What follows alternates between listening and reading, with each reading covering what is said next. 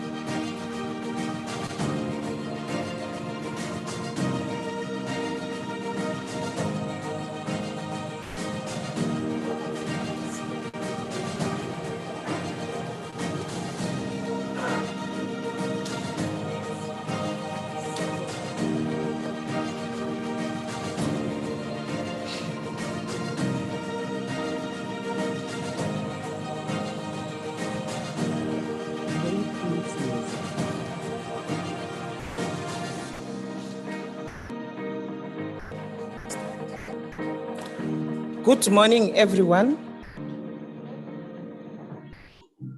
Let me start maybe by introducing myself. NdinguNontobeko Vilakazi, MEC responsible for social development in the province. Before we start our formal program, I would like us to observe a moment of silence for all the victims of gender-based violence, for all who succumbed to this COVID-19 pandemic. Just a moment of silence. Can we all stand up?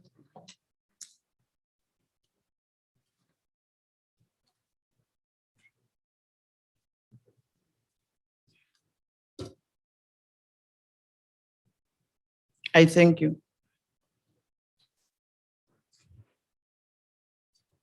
Premier of the province, Dr. Zamani Sol, members of the Executive Council, I know that are those who joined us virtually, Deputy Public Protector, Advocate Koleka Tsaleka, Public Service Commissioner, Mr. Anele Koyia, Representative DPSA, Ms. Fanani Manugu, Provincial Secretary of COSATU, Mr. Orapeleng Muraladi, senior officials from the public service, and all those who are joining us on the different social media platforms.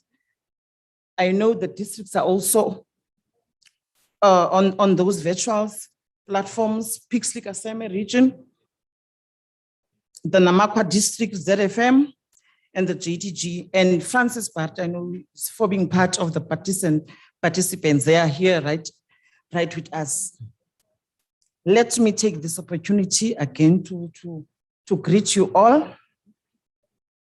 I just want to say this is quite a very important program that we are having here today, Premier, and we want to thank you for really affording the province to embark on such a program.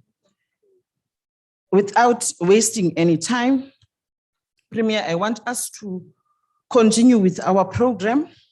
I will just direct the program. I won't say much, but where is needed, I will say something, but I want to allow the participants, I want us to allow our panel to come and talk to us. Let's engage on this very serious topic of today and make sure when we go out of here, we have a clear program of action. We have a clear way forward in terms of what we want to see our province going when we talk about the intergenerational colloquium on gender dynamics in the public service. So it's very important, and I'm happy that I see women here. And when I looked also at the panel, I saw there's women also. And Premier, I think it can't be only a women's thing. It needs all of us, men and women, so that we can make sure that we move in the same line. But without wasting any time, let me call Reverend Mkuzulwa as asivulele le program. Over to you, Reverend. We can make sure that we move in the same line. But without wasting any time, let me call Reverend.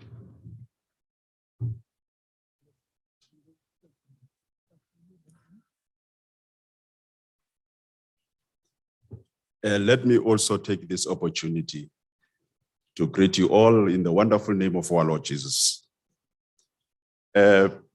Before I start praying, I also want to acknowledge that within our province, we have different religions, of which it's important for us to acknowledge them in our midst. But because I'm a Christian Mfundis, then I'll have to share the word which is from the Bible. I'm thankful and grateful for this opportunity, being part of this seminar. And I hope then that the word that we'll be sharing will also be relevant to what will be discussed here this morning. May the good Lord bless you.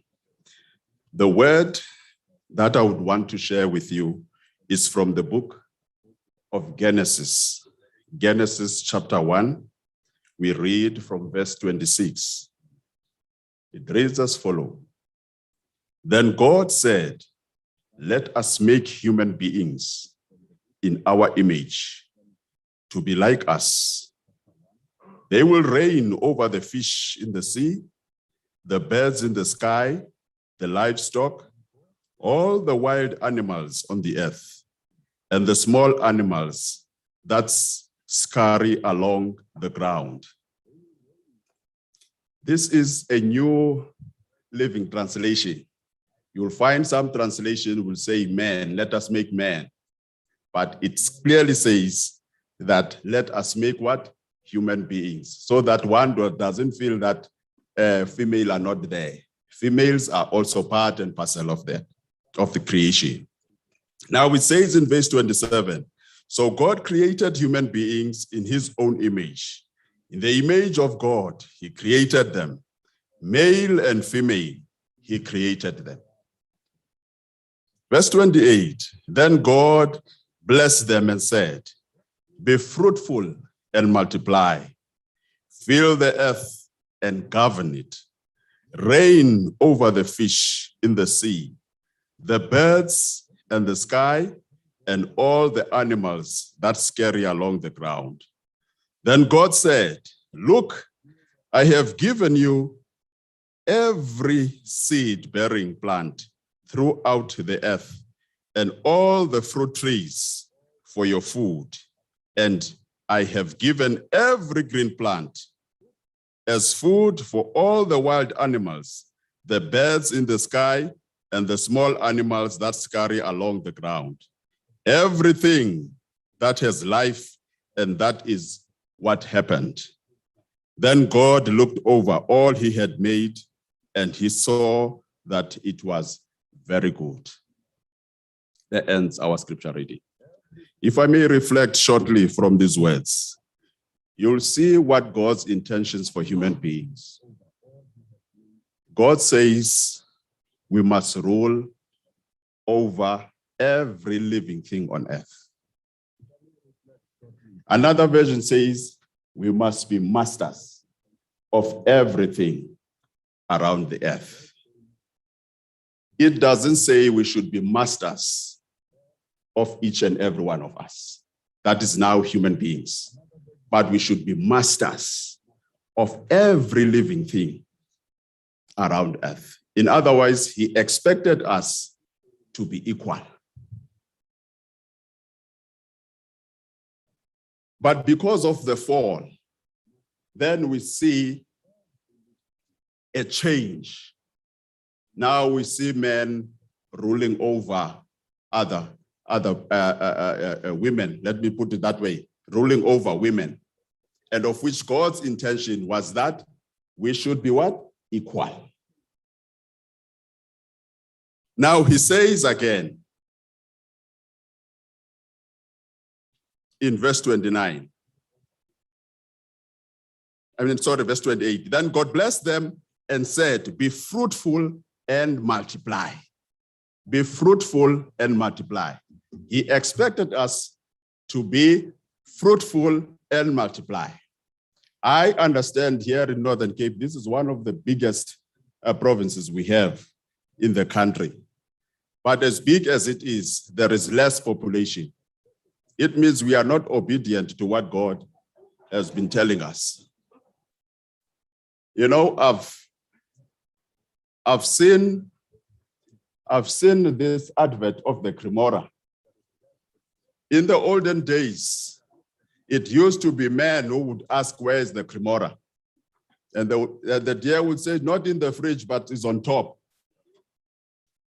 Now I've seen this advert again. It's women now that are asking, where is the Cremora? Now it says to us that because God has made us equal, there is a chance that we should change and make things differently. Women need to be on top. It can't be always men. Yeah, because men are always on top and things are not working. So now it's time that we change this and see to it that women are also on top. No, it's right there. You must look at these things, guys. Each and everything that is advertised, there is a lesson there. Then the more we do this, the more the economy grows. Is it not so? And then we will get more budget in the province. There won't be any struggle at the end of the day. So let's do what God has called us to do. Then we shall see how happy we are going to be at the end of the day. I trust then that as we are here as public servants, if you make your family happy at home, then definitely you'll be a happy worker at your service. Everything starts at home. Are we together? And I trust that what God has created, He made it what? Valuable. We are all valuable to God. You need to know that. You beautiful woman, you are valuable to God. You handsome man, you are valuable unto God. We should stop this thing of blaming one another. Let's work together to grow the economy of our province. This is what we'd want to see. Otherwise, the issue of blaming one another is not going to help us at all. We need to work together. Have one vision, share it, and definitely we shall see what God intended from the beginning, because He said, everything I've created is good. So we are good.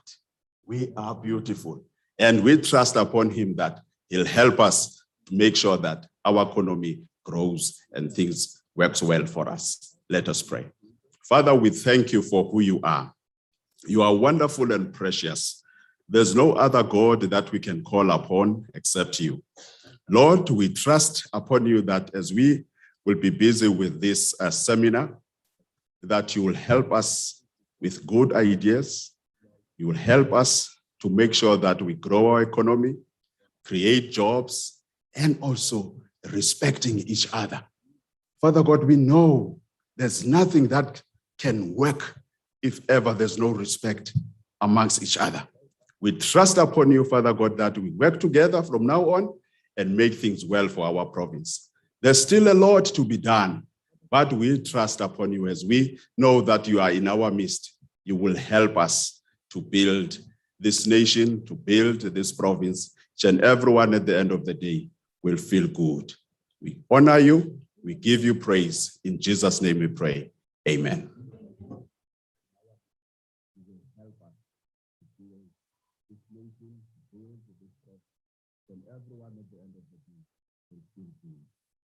Honor You, we give You praise. In Jesus' name we pray. Amen. Siyabulela kakhulu. Mfundisi ndikuvile when you said we are all equal before the Lord.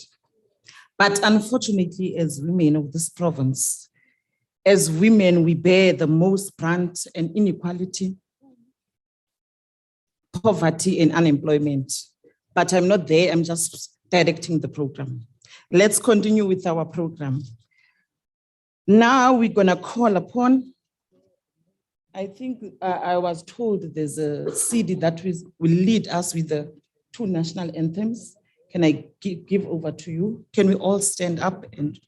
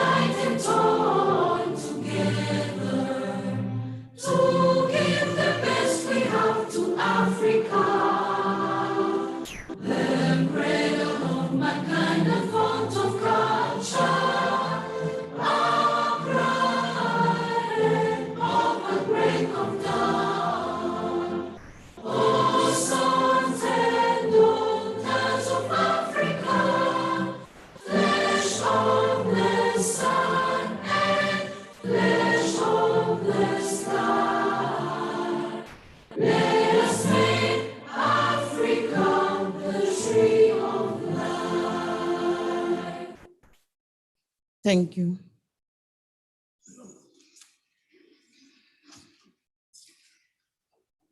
We continue with our program. At this point in time, we are going to call upon the MEC of Sports and Culture, MEC Desiree Finnis, to come and welcome us, so that after that, feel free, so that you can be able to participate freely because we have been welcomed. MEC, over to you.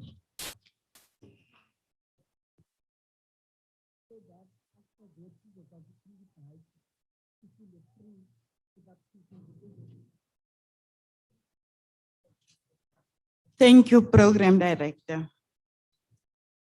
Good morning to each and everyone present here today, as well as the viewers on the different virtual and media platforms. It is a moment of extreme pleasure to welcome the guests who are present here to attend this colloquium on gender dynamics in the public service.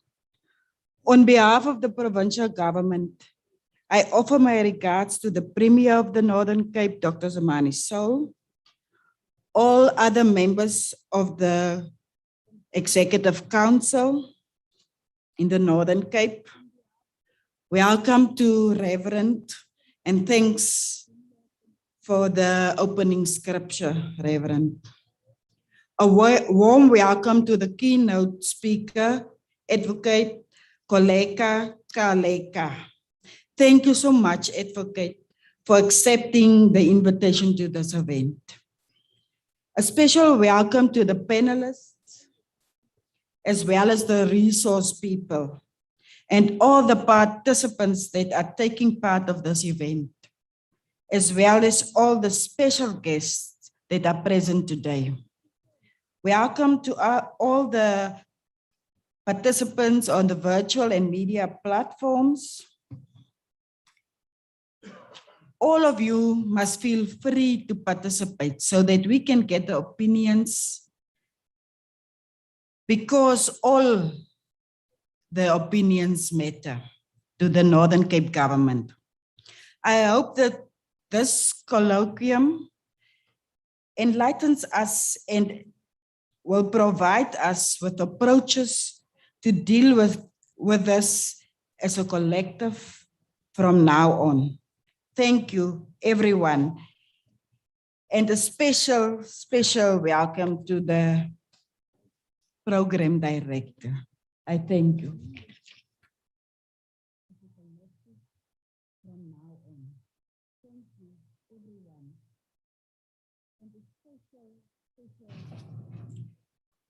Malibongwe. Malibongwe. Watinti mbokoto. Uzakufa. We are continuing. Thanks very much, MEC, for welcoming us. We are continuing with our program. At this point in time, I just want to say when we started as this 6th administration, we had a vision under the Premier, Dr. Zamani Sol, of a modern, growing, and successful province. I think even the topic of today, at the end of the day, must come up with some resolutions that speak to this vision. It's very important that we speak to this vision because this province is having a vision of a modern, growing, and successful province. Premier, let me call upon you to come and give us some opening remarks on the topic of today. Allow me to call upon our Dr. Premier Zamani Sol to the podium. Thank you, Premier.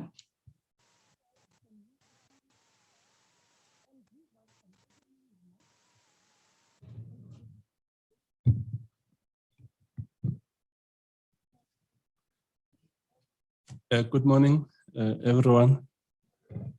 And I hope that we are social distancing because we live in a very difficult period of COVID with all its different variants. And now we are confronted by Delta, which I was just told accounts for 60% of the infections in the province. Program Director, thank you very much for the opportunity. And let me greet all MECs which are here. The host MEC of Sports, Arts and Culture. I'm told the Director General of the province is also part and parcel of these engagements. Let me also greet the Deputy Public Protector, Advocate Koleka Kaleka.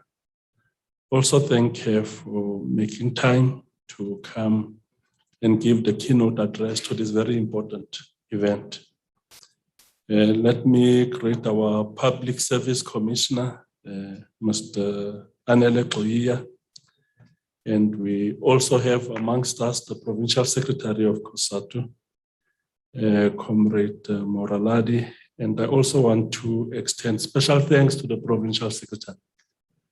I know as the Provincial Secretary, you should be having a very heavy schedule, attending to all the challenges which are confronting workers during this difficult pandemic period. But you made time to be here with us. We highly appreciate that. Let me also take this opportunity, Chair, Program Director, to greet and thank Pastor Mkuzulwa for the beautiful message this morning. You said you are not representing other religious affiliations, but the word that you chose, Muslims will agree with you, the Jews will agree with you, and the Rastafarians would also agree with you. So basically you were representing all the Abrahamic religions, all four of them, because whilst Christians are saying God is the creator of the universe, earth, and heavens, and all that lives there, That's what the Muslims are also saying. That's what Rastafarians are also saying. And that's what the Jews are also saying. So you are representing all the Abrahamic religions. Let me thank our panelists as well, and I greet them, government officials, members of the media, if any, ladies and gentlemen.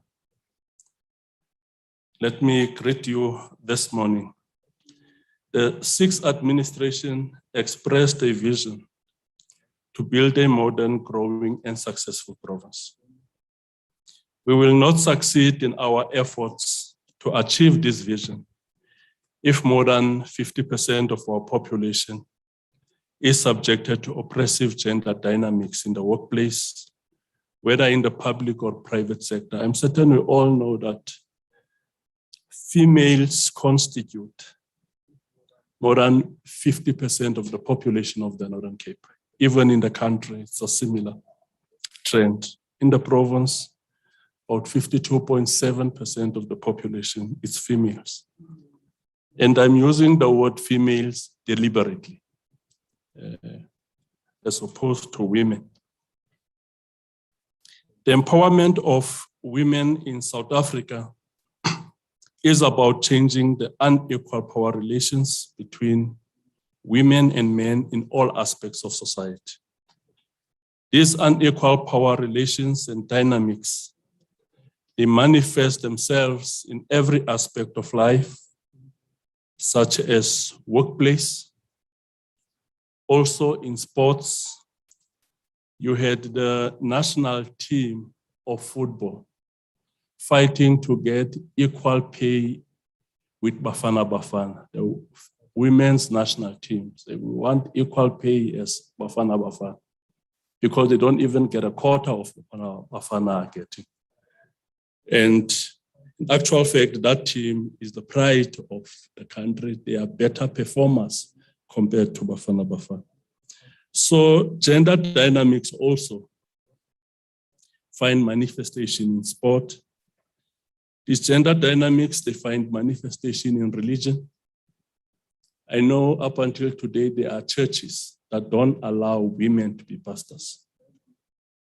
I attended a funeral last year where one of the pastors announced that they regard the graveyard as a sacred place.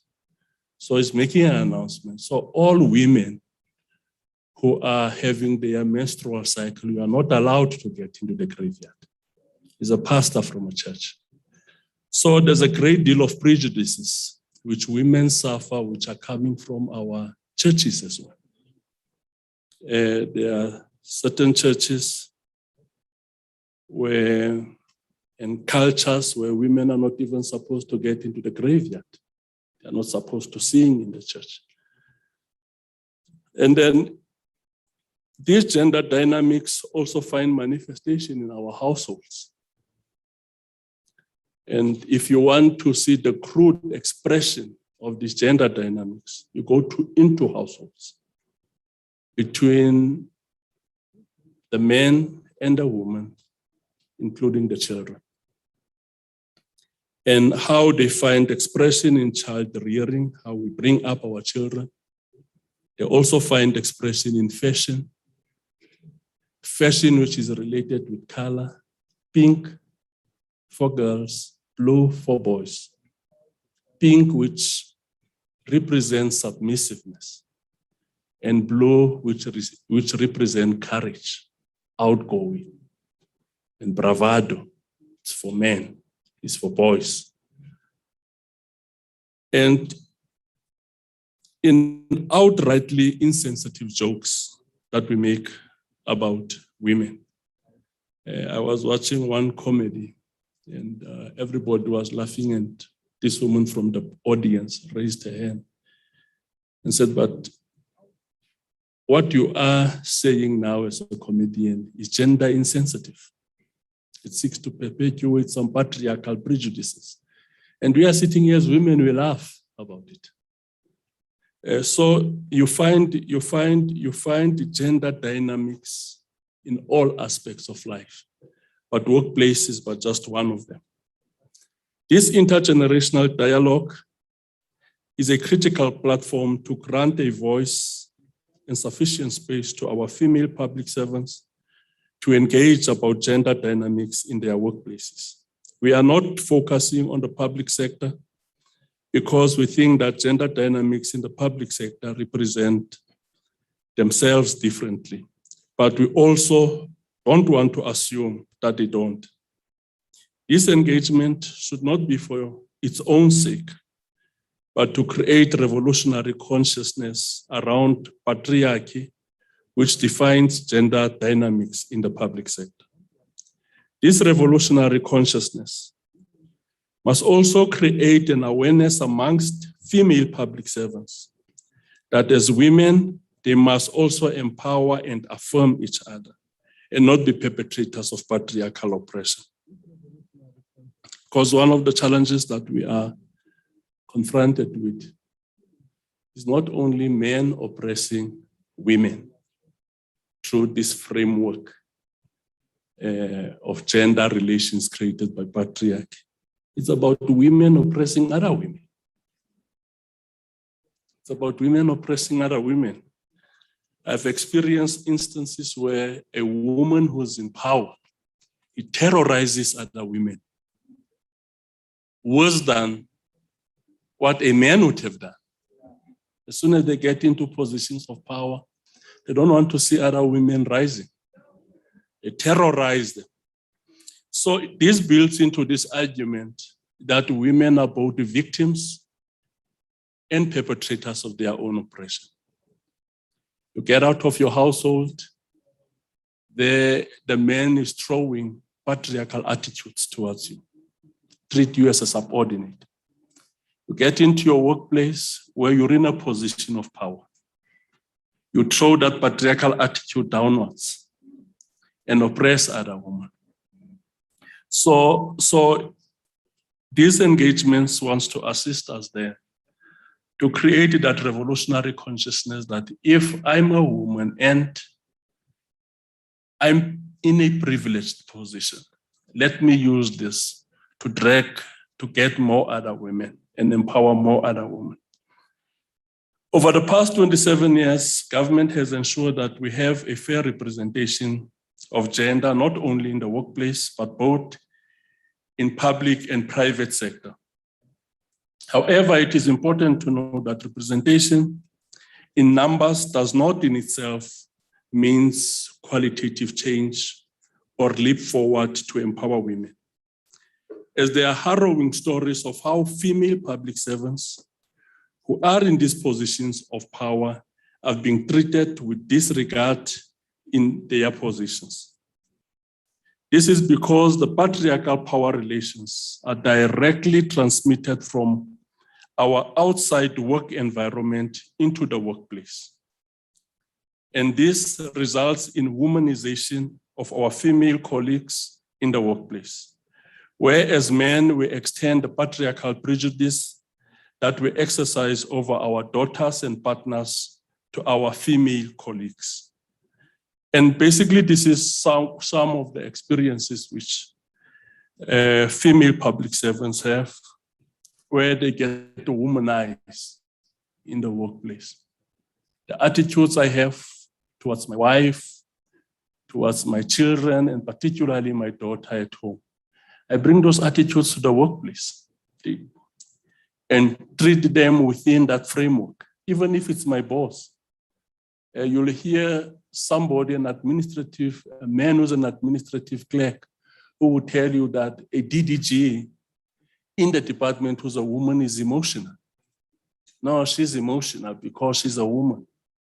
Already there's a frame of work through which to define, and these attitudes, they contribute towards womanization of women in the public sector work environment. During my inaugural address, I raised the fact that genuine development in the province would not be achieved unless we see in visible and practical terms that the condition of women has radically changed for the better, and that they have been empowered in all spheres of life as equals with any member of society. This session program director has been convened for our esteemed speakers and panelists to unpack what it is that we need to do in order to advance gender equity. I trust that we will emerge from this dialogue renewed, re-energized, and highly committed in our struggle to ensure gender equality. Thank you very much.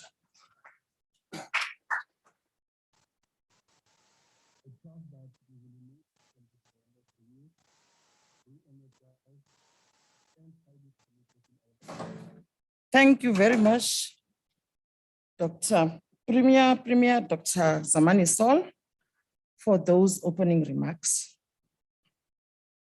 I think everyone now is having a sense of why we are here today. I think the Premier touched on a number of issues. And I think when he said, we as women are all our own enemies, he's so correct, because we are supposed to pull each other. When you are there, you are supposed to take some along with you. Thank you for those words, Premier. And when Premier also touched on the numbers, we need to fix the numbers. But while fixing the numbers, we also need to fix the knowledge. That's what he said. We need to capacitate ourselves. Thank you very much, Premier. Let's continue with our program. I just want to make one announcement that we are calling upon all those in the Zoom platforms to always mute unless you are talking, because it's disturbing. We just want to plead with them to always be muted unless one is speaking. Before we call our panels to come and make their inputs and the report from DPSA, I would like to call the acting HOD of Sports and Agriculture just to come and outline the process we are going to unfold in terms of the panelists, the dialogue, how are we going to engage that one. If the acting HOD is around, can I give him that opportunity to just come and explain the process that is going to unfold right now? Thank you very much.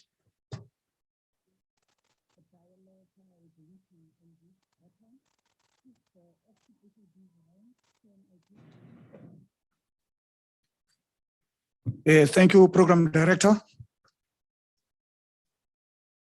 Good day to each and everyone who's here in the platform and the virtuals throughout the country as well as the districts. The program is basically a hybrid where all those who have been invited to basically share with the province around this important and strategic topic of a discussion on repositioning gender dynamism in the public service. This is how it's going to unfold. We've got two speakers who are going to basically share experiences and information with everyone who's on the platform. And after that particular discussion, on the first one, which is DPSA, we will then get straight into the panelists who are part and parcel of this particular platform, which is the interactive session. And out of that particular session that the panelists are going to give in terms of what the DPSA is going to share with us, we will then allow the process of the keynote address to be given, because that's where the essence is in terms of why we are here today. It is going to be done by Advocate Koleka Tsaleka, who is the Deputy Public Protector. And then out of that particular discussion, we will then stop the live streaming after those particular inputs. We will then get straight into the dialogue, where the platform is going to be opened for all the 4 districts, including this particular platform here, which is the live interaction. Each and every district is going to be given an opportunity based on the inputs that have been made, including the keynote address, to pose questions around this particular issue and the topic. And every district is going to be given 3 questions to ask. And after each and every question that is going to be asked, the panelists, if the questions are directed to them, or those who will be presenting virtually, will then respond to the issues that are raised. And we are going to take those questions for each and every district. There's 4 districts that are currently connected to our platform. It's Namakwa, it's ZFM, it's JTG, it's Pixley, and Francis Bart with head office in this particular platform. So they will then be given an opportunity to pose the questions. And after those particular questions have been responded to, then the program director will then, if there's still enough time or there's still other issues that must be raised, the program director can then request per district another round of 1 question each. And when we are done with that particular process, we then close up, and then the Premier of the province will then give us a way forward in terms of what could have been extrapolated from the inputs and the issues that have been raised by public servants in terms of articulating the issue that the Premier has raised on gender equality in the public service. And then we'll have a clear way forward as a province, making sure that as we continue in our work, this is what we are going to do. So that's the information, Chair. Thanks.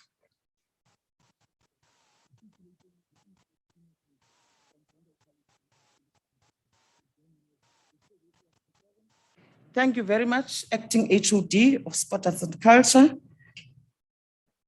I think all of us now know exactly how the process is going to unfold. Without wasting any time, let me continue with our program. We will call our next speaker on the program, Ms. Fanani Manugu of DBSA, who will come and make a presentation. We are giving you 15 minutes to just tell us what is your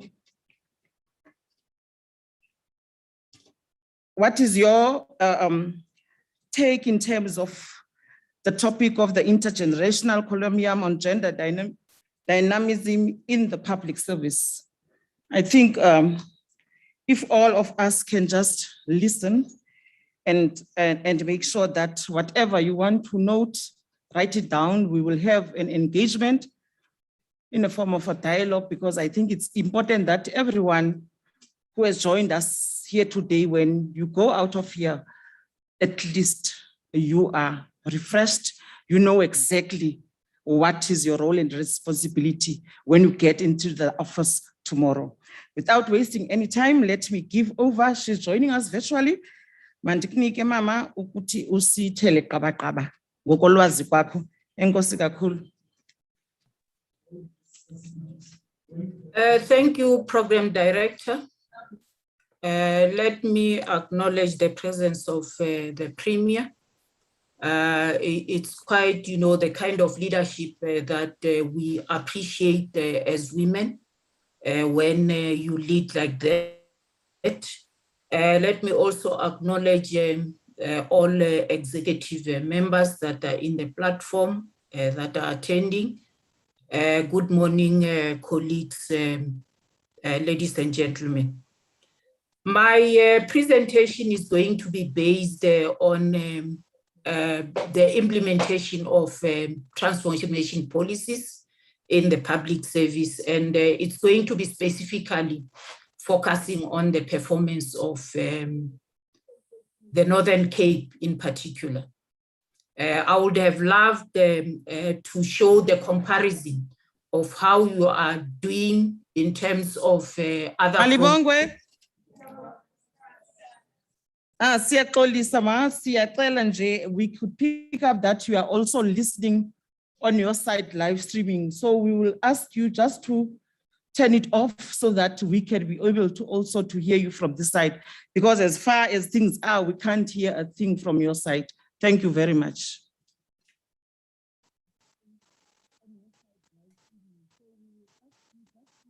Okay, Program Director, can you hear me now?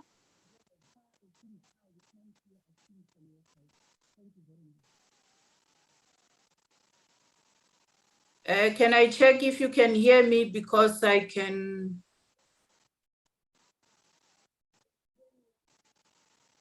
Thank you. We can hear you. Thank. Okay, thank you. I had already started talking and I was unmuted, but I couldn't understand what was going on. Thank you, Program Director, for this opportunity, and also thanking the organizers, the Office of the Premier, for inviting us. My presentation is going to be specifically focusing on the implementation of transformation programs in the public service, but specifically focusing on the performance of the Northern Cape. And I did indicate that I would have loved to show the comparison on how you are doing in terms of other provinces. But due to time constraints, I think I'll skip that part. Program Director, I can see you are on your feet. Is there something wrong?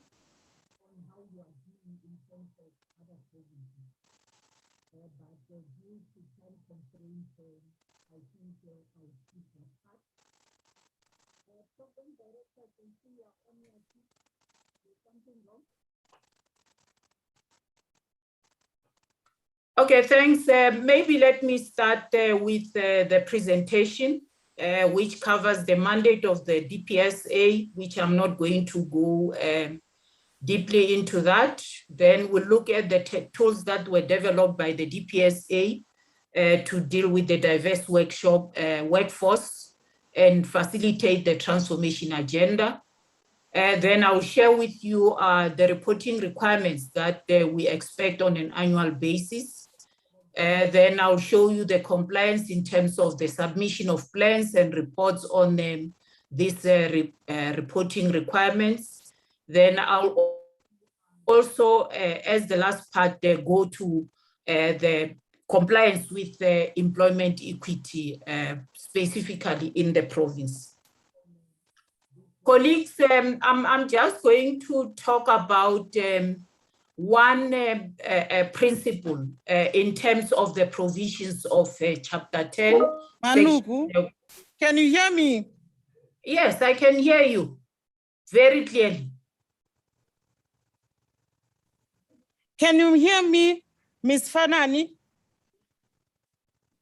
I can hear you clearly. Yes. Colleagues, I think we should continue with our program. We will come back to her. But in the meantime, let us fix whatever that needs to be fixed. Thank you very much. We are continuing with, this time we are going to call the members that are in our panel. We will start with Uti Liko Lokwe. I hope I pronounce it.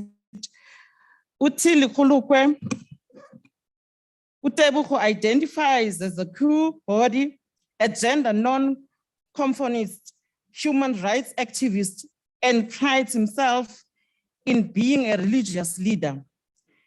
Started in the public service as an intern, employed in the Human Resource Unit of Social Development in the Northern Cape. He believes that education is the tool to reshaping the perspective of life. Can I give over to you to come and make your inputs? We are giving you 5 minutes.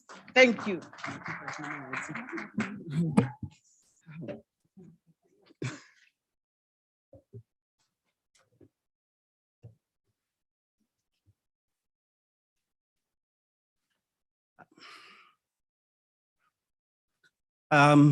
Honorable Premier, MECs from various departments, executive managers, colleagues, stakeholders, everyone in the virtual platform. For me, I was tasked with a very complex situation whereby I needed to give an input as a public servant, as from a perspective of a young person, as a queer body in the public service, also representing the women living with disability. My presentation basically would be speaking of interrogating the 8 HOD principles as to which an extent the HODs are, creating or enabling or championing the issue of gender and women empowerment. My presentation consists of a background, constitutional frameworks that are guiding women empowerment, gender equity, the importance of women empowerment, gender equity, and equality. And it would give the background as to where we're from, the 8 HOD principles, which I'll be interrogating, and the recommendations from the LGBTQI and women living with disability. The purpose of this presentation is to include young women and LGBTQI persons living with disability. And also, we were not forgetting that employment equity embeds affirmative action through provision of equal opportunities for all and a skills development agenda for the disadvantaged that may require skills for top positions in public sector. Also Employment Equity Act requires the employers to develop and implement affirmative action programs for all women and people with disability and provide them with equal employment opportunities. It also further requires employers and network for such as this to audit policies, practices, to identify barriers to entry, advancement, development of remuneration and retention of women and persons with disability. Also advocate for scarce skills for transformation with traditionally male-dominated occupations where young women and LGBTQI plus persons, women living with disability, and are more prevalent in support functions. Through aggressive education and measures formal of employment. The Department of Social Development is mandated to ensure protection against vulnerability by creating an enabling environment for the provision of comprehensive, integrated, and sustainable development service.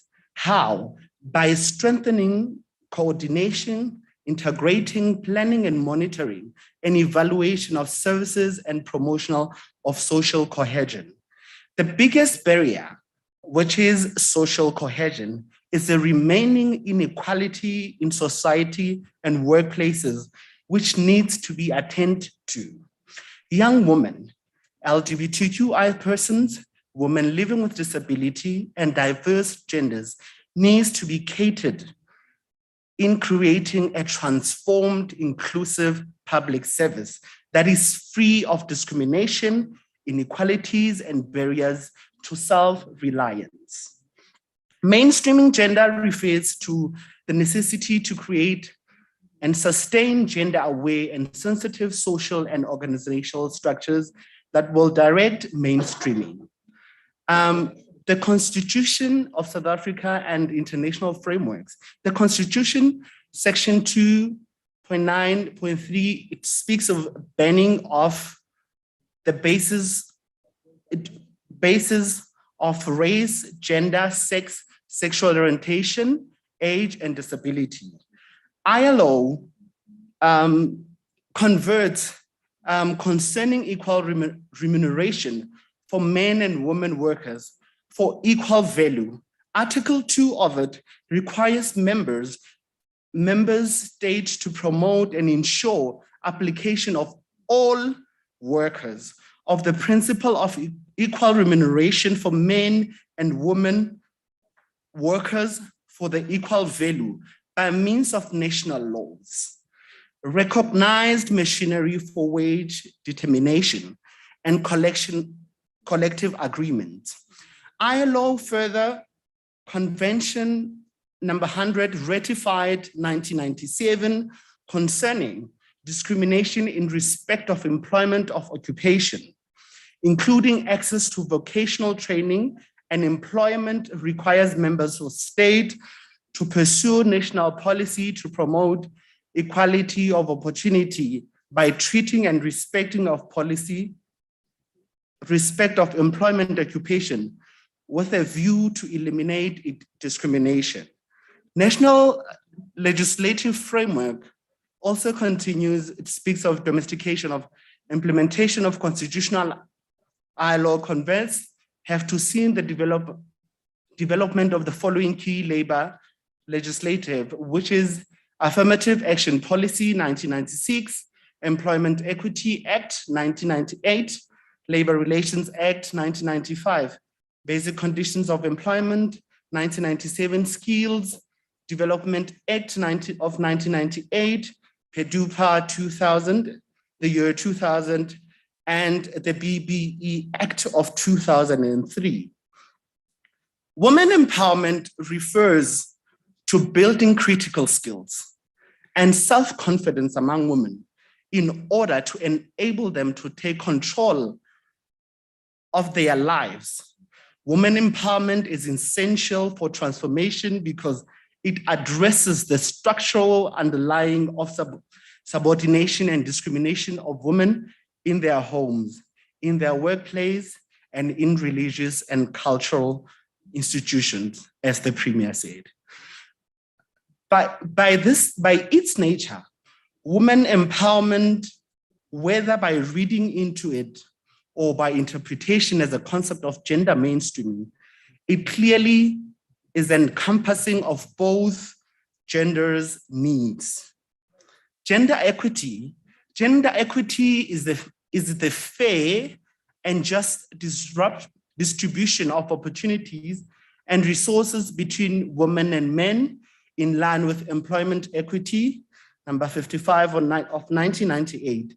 The equity process simply focuses on workplace environment of women within the municipality, and many institutions appear to be complying with the legislation by playing the numbers game.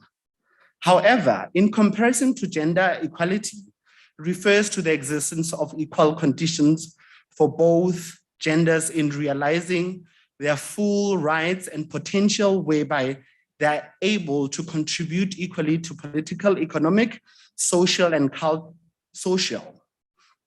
cultural development and benefit equally from the results.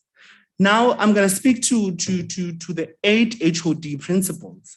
HODs are vested with the principles in which in a public servant, they need to be, I would say, articulating or championing.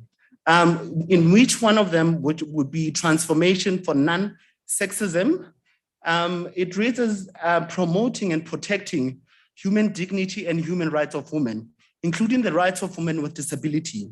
However, my take would be that when we speak of transformation, we mean a change in a way we view and do things, usually adapt to changes and incorporate more inclusive and progressive ideas.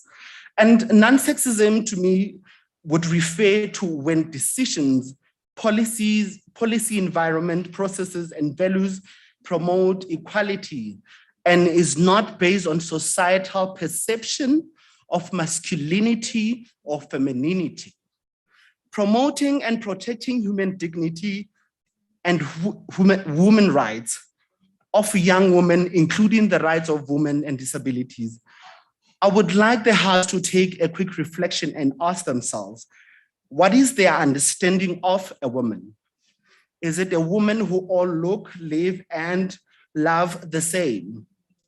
Is it a cisgendered, straight woman? When we talk about women, I guess we agree that we include young women, but it does not mean women apply the persons who were born as women. So it's the language that is being used. Today, we are discussing gender dynamics. As a result, we must emphasize at all times when we speak about women, we speak about transgender women too, we speak about lesbian women, we speak about women with disability, we speak about rural women and so forth. So when we promote and protect the human rights and dignity of young women, we talk about women in all these glorious forms. Due to their intersectional struggles, establishing a policy environment would mean to us, they say that the issue is just not the presentations we had been showing in the hard copy format of what the mainstreaming of gender is in the public service, we should look like, or what it should look like. But we take stock of the lived and working realities of young women, broadly defined as queer bodies in the public servants, including women with disability. We are seeing a more gender parity and 50-50 representation quota being pushed, but it has a bargaining power.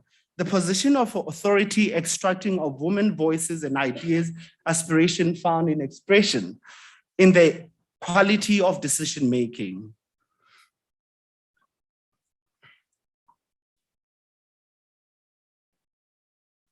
Chairperson, there's recommendations that the LGBTQ plus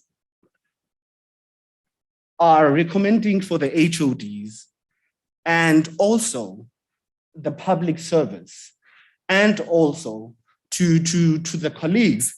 We say to the employer, gender sensitivity, inclusivity, and equality to the work in the workplace needs to become performance requirements for all senior management. Employers should develop a focused gender equity strategy within the targets and timeframes integrated into recruitment, promotion, mentoring, and empowerment interventions for young women, LGBTQ plus persons, including people with disabilities. Employers also should have a clear policy and apply this on discrimination and sexual harassment in a workplace. This should be supported by widespread awareness of interventions. Acknowledge the need to address the numbers and institutional culture to create supportive working environment for women, young women, LGBTQ plus persons, including people living with disabilities. Recommendations also, we say that employees need to be organized and well-vested with developments within the working place. Employees should also be innovative. They need to hold their unions and employers accountable for non-compliance with Employment Equity Act. Encouraging employers to create a conducive environment for all employees to thrive and be more productive. We call for employers to put in place measures such as rights of pregnant women within the workplace and LGBTQI persons. By so I say thank you.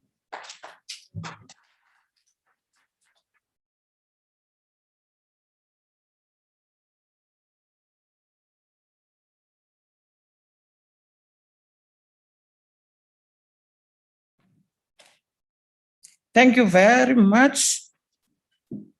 I think the recommendations are very clear and straightforward.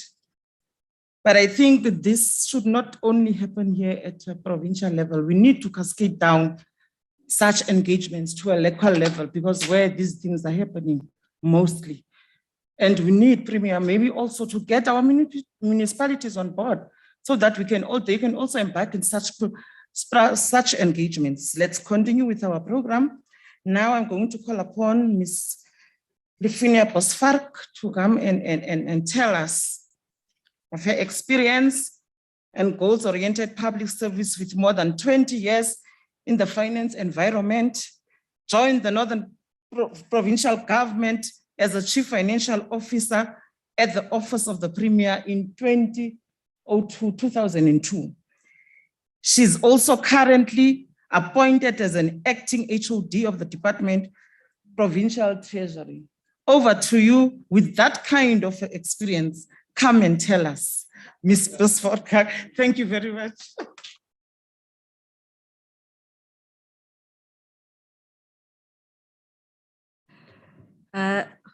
Honorable Premier, Mrs. President,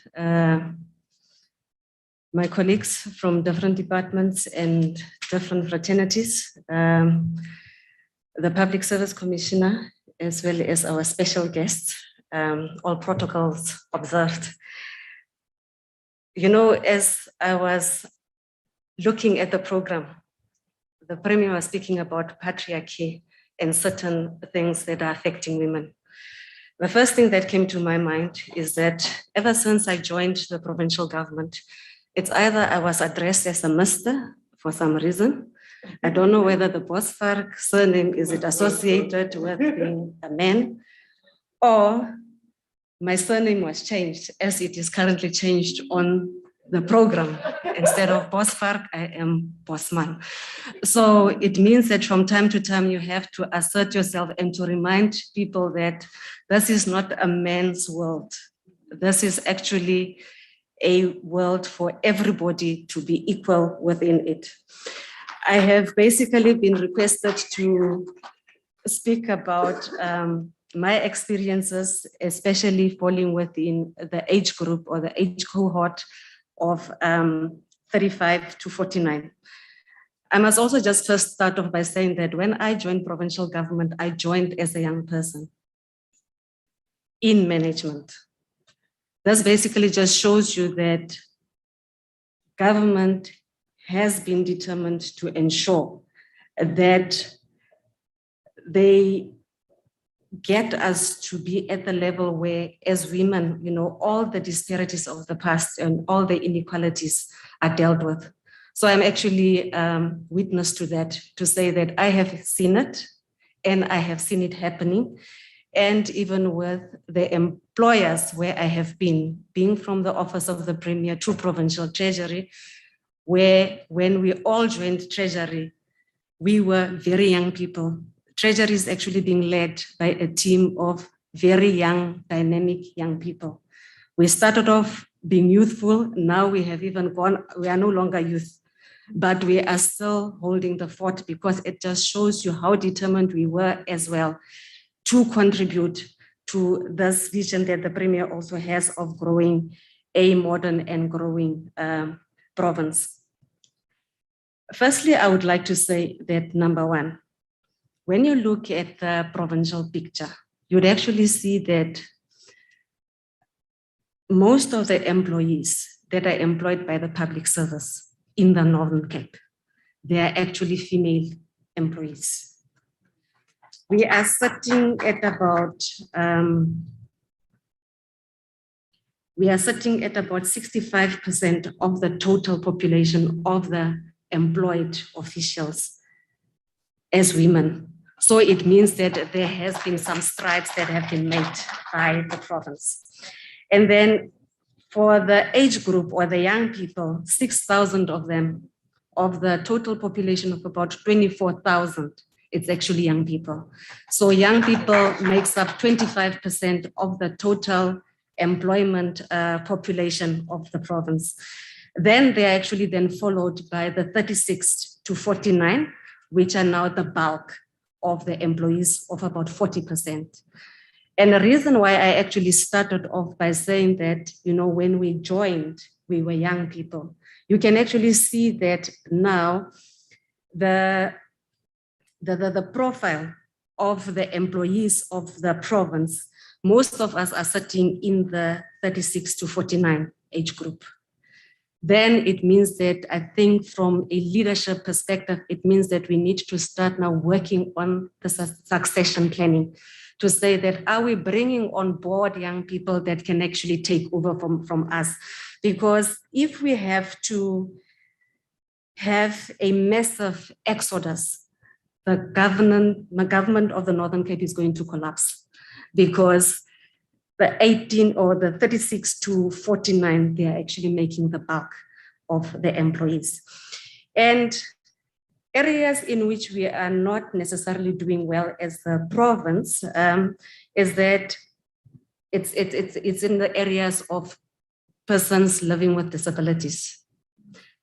We are only having about 76 out of the 24,000 workforce of the province. So it means that some work needs to be done in that area. And I think when we have such, discussions, or especially during the Women's Month, we must not forget that when we speak about gender, it's not merely about women, but about, the rights of everybody, rights of men, rights of women, as well as rights of the people living with disabilities. But we must just ensure that despite the fact that government policies are speaking about equality, we know that when resources are coming down to us, they are not necessarily coming, they may be equal, but because of the challenges that we may be facing, we will be experiencing different things. Because if I do not have food to eat today, but a man also does not have food to eat tomorrow, it means that sometimes my male counterpart will be able to go and look for a job, whilst me as a young woman will not be in a position to go out and look for a job because of some of the dynamics that are actually linked to you as a female within any institution. And then I think lastly, what I just wanted to also just speak about, especially when I speak about the stats, is the issue pertaining to the SMS profile of the province. We are not necessarily doing that well as a province because we are currently having about 88 females and about 151 males. So there's just one area that we still need to address as women in leadership. And I'm saying that women in leadership because my experience has been that having been a woman in leadership for quite some time, I think it takes, number one, political will. It also takes management commitment to ensure that issues of gender are put on the agenda of any other department. Yes, we do have 8 principles of the HODs, and that have become now more of an event, and instead of them being institutionalized. And for me, what becomes critical is that we need to start institutionalizing that from the time that we start doing our plans. Because if our plans are not linked to the gender mainstreaming and the policy objectives of this government, it will make it very difficult for us to really achieve our goals. And I think as part of my last concluding remarks is that, having been one of the women working in provincial treasury, we also would like to say that, as much as we're looking internally, we also have to start looking externally, because empowerment is not necessarily just linked to what we are doing, internally for ourselves as employees of government, but it also means that we need to also start taking some of the whatever that we know and have some empowerment strategies for the women that are out there, because economic empowerment does not necessarily just speak to us as those that are employed. It also speaks about us empowering those that are marginalized out there. So as a provincial treasury, what we have started doing, which is actually in line with the vision of the province, is to start measuring and gauging how procurement is actually being used as a way of empowering the women in the Northern Cape government. So we are actually keeping track to see how much of our goods and services budget, as well as construction, is going towards women-owned companies. And maybe just for purposes of this dialogue, I would like to indicate that we are not necessarily doing that well as a province, because currently we've got about 22,000 companies that have a footprint in the Northern Cape that have been registered with the central supplier, or the CSD central supplier database, of which only 6,902 are companies that are owned by women. So you can already see that we are already disadvantaged from the start, because we are not taking up most of the opportunities that are available for us. So we're starting with about 31% of the total population of companies that belongs to women within the province. And in the first quarter just of this financial year, in terms of the analysis that we have done, we have, as a province, spent about 95 million towards these companies. And we are of the firm view that, in the event that we really want to see certain changes really taking place, we need to start really taking or using procurement as an avenue that can ensure that we address some of the socio-economic issues that the women are facing, and also to ensure that they can participate actively in the economy of the province. So as my concluding remarks, I would like to say that I think, number one, what the province needs to do to ensure that issues of gender mainstreaming are dealt with accurately is that we need to have proper and accurate data, because the data is going to allow us to be in a position to see where we are lacking when it comes to policy implementation and whether the policies are addressing the current challenges that are on the ground. And secondly, I think I've already spoken about this, to say that gender mainstreaming needs to be institutionalized, and it needs to be something that management, or the entire management together with the political head, are actually spearheading. And lastly, we also believe that all the gender equality intervention programs, they need to be properly costed, number one, and sufficient time should also be provided when it comes to delivering on such commitments. And lastly, there should also be adequate provision of resourcing. But when I speak about adequate provision of resourcing, it means that we just need to make sure that the programs that we are going to have in place, they are well budgeted for. And on that note, thank you very much.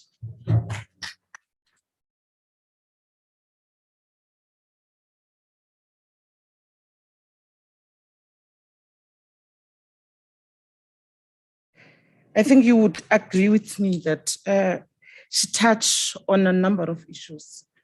She touched on opportunities that government is having there to empower women. That's where she is today. But she also touched on the challenges that women are facing in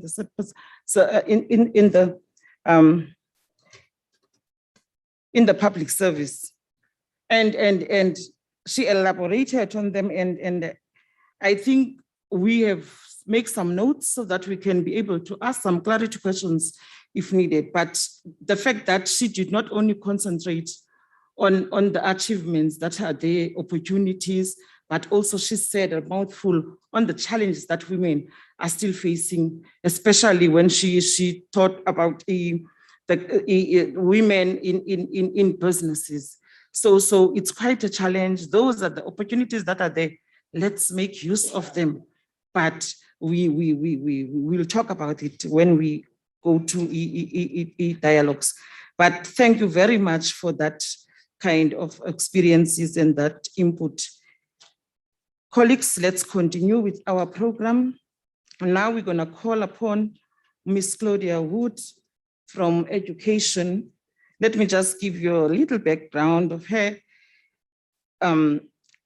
With 35 years of experience in the public service, Ms. Woods has held the following position in various departments: Records Manager at OTP, Provincial Security Manager at OTP, whilst at the same time appointed as Secretary of the National Security Managers Forum, Records and Security Manager at Education, Head of Supply Chain Management in Education, Head of Service Delivery and Organizational Transformation in Education, Gender Focal Person in Education, and currently Senior Manager, Human Resource Utilization and Capacity Development in Education. Let's give her also an opportunity to come and tell us of her experiences. Thank you.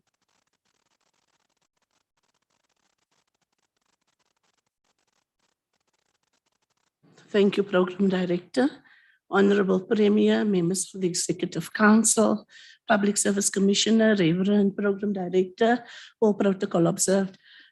I'm recovering from a bout of flu, so please excuse my voice. No, Premier, I did test. I will not be that irresponsible.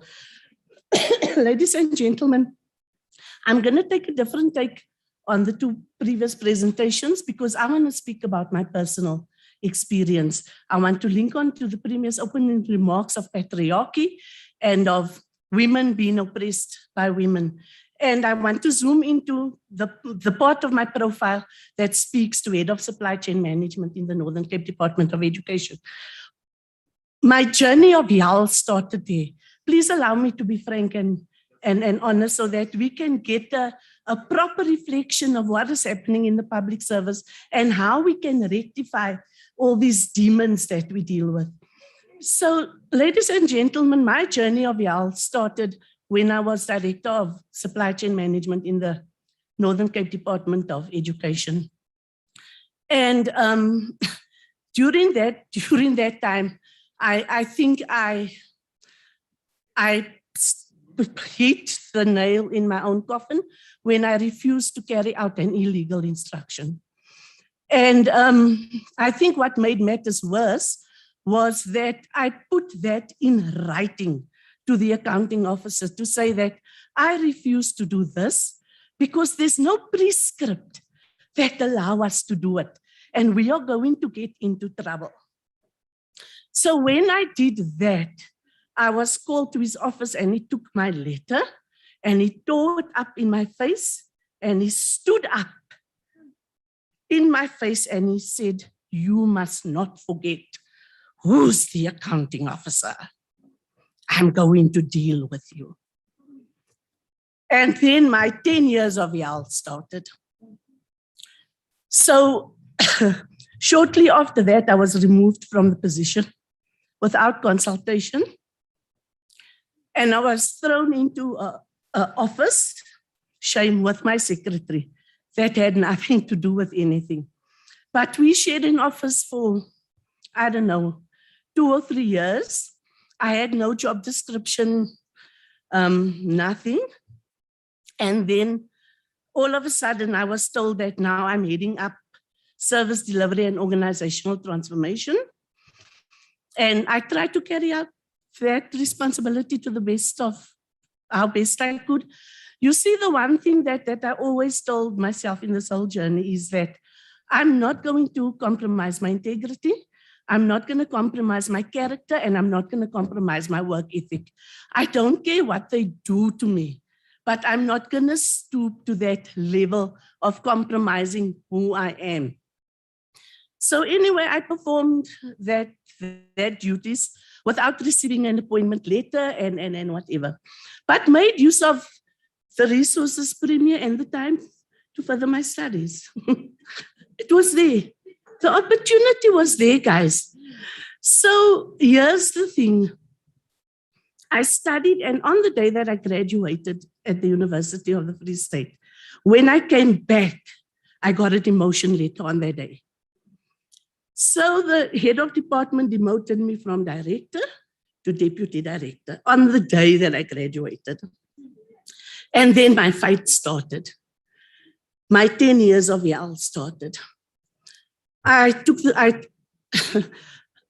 followed the processes and I lodged a grievance. And that journey started.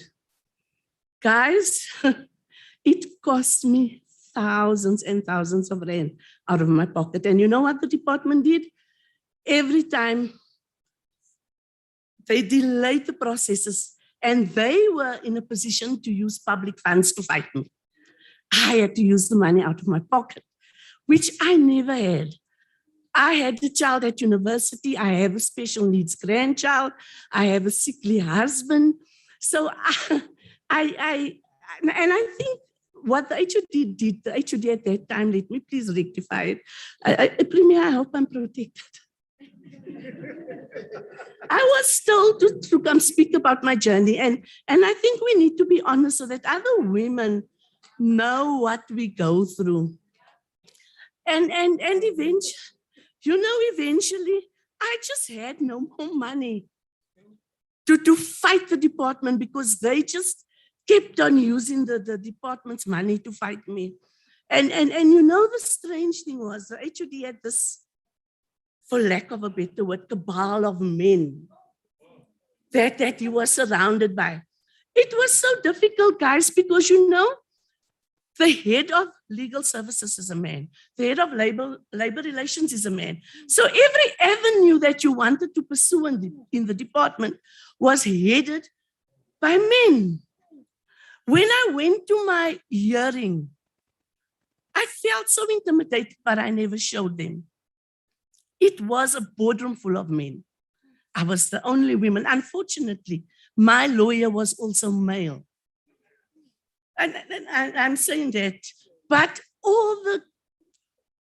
in my hearing, in all the hearings, because it went on and on and on for years and years and years, it was all men. And I was the only female in that room whenever we had the hearing. You know the sad part, Premier, I took my case to the DG, he knows about it. I took it to the Premier, before you, Premier. I took it to the CGE, and I'm so grateful, ma'am, for meeting you today. I took it to the CGE. The Poor Gender Focal Forum, Ms. Laban, she know my story and tried to offer me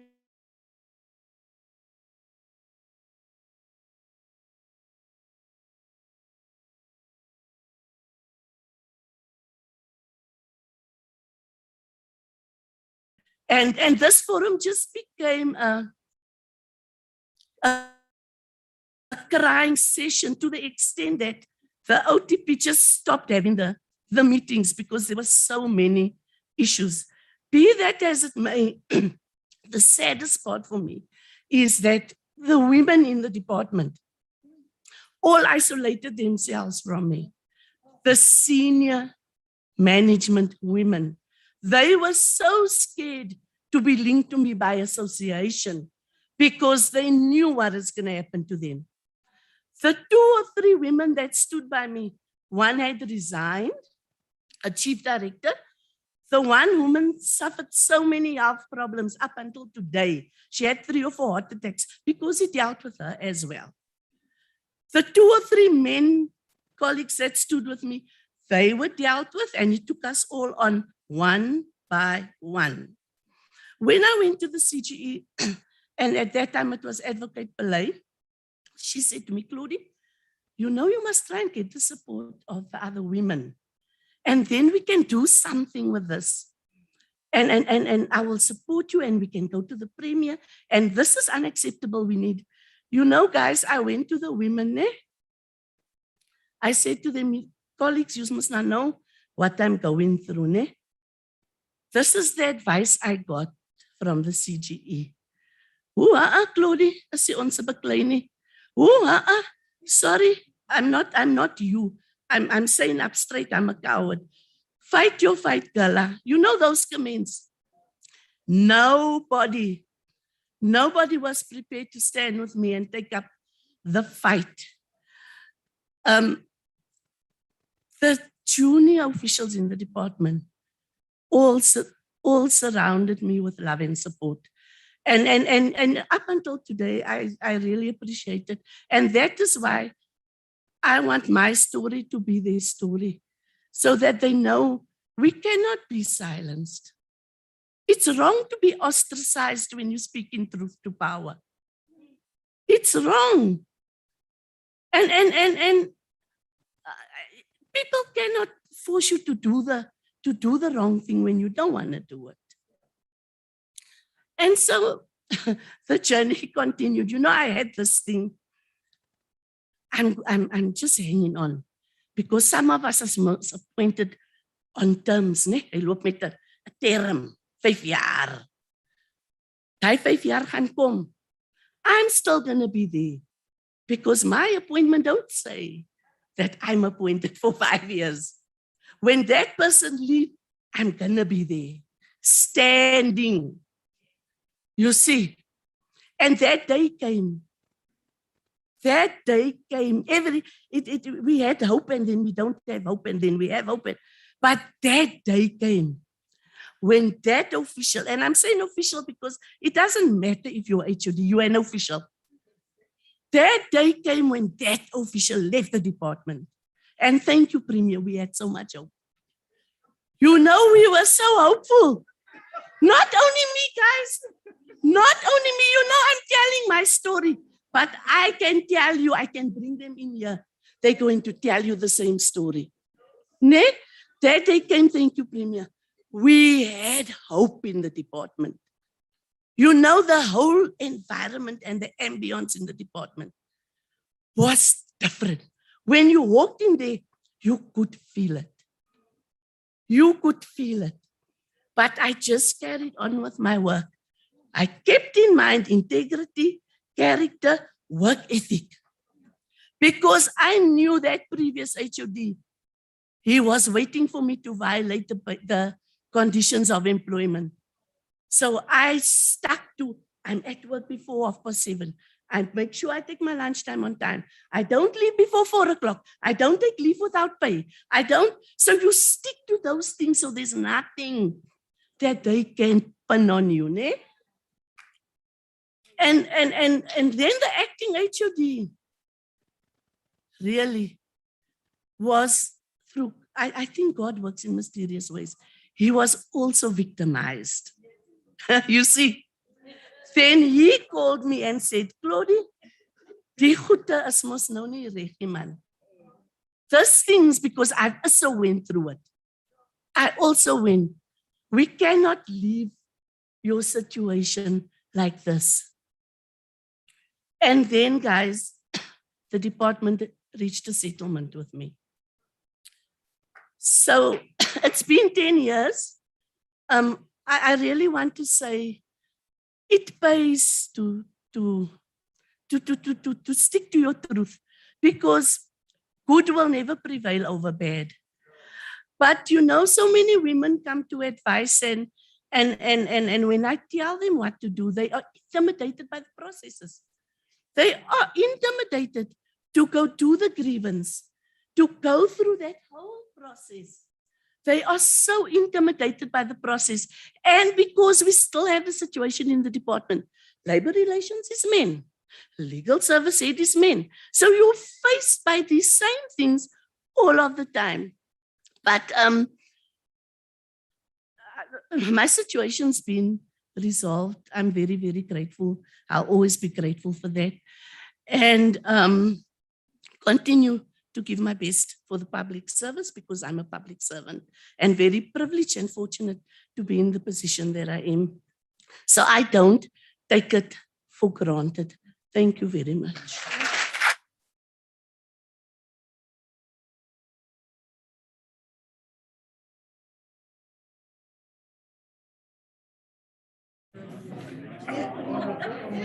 Malibongwe. Malibongwe. Thank you very much, Claudie, for that emotional experience you went through. But what I like, here you are. You can relate your story, which means these things have made you stronger and stronger. Let's learn from Claudia. Let's learn, let's take a lead from her. Let's not allow this to happen on our watch. Let's not allow this. Thank you, Premier, for this kind of engagement. Thank you very much. And I hope and trust this won't be the last one. Thank you very much. Let's continue with our program. We're gonna call now our keynote speaker, which is Advocate Koleka Taleka. But before that, I just want to give you a profile of her so that we know who's this woman that who's going to deliver this address to us today. Who's this woman who've got all these things? Let's wait for her, but let me take you through to her profile. Deputy Public Protector Advocate Koleka Taleka, born in Johannesburg and grew up in her hometown of Umzimkhulu. Advocate Kholeka Gcaleka prides herself with a multicultural upbringing spread across the provinces of Gauteng, Eastern Cape, and KwaZulu-Natal, which has contributed immensely to her value system and passion for public service, particularly serving in the interest of the poor and marginalized. Advocate Gcaleka has served as a special advisor to the ministers of the Department of Public Service and Administration, Department of Home Affairs, and Department of Finance, respectively, with a specific focus in the areas of administration, legal, legislation, and policy development, strategy, compliance, and governance. Advocate Gcaleka served on the Committee of Inquiry proving the state of affairs of municipalities across Gauteng. She has also served on various boards.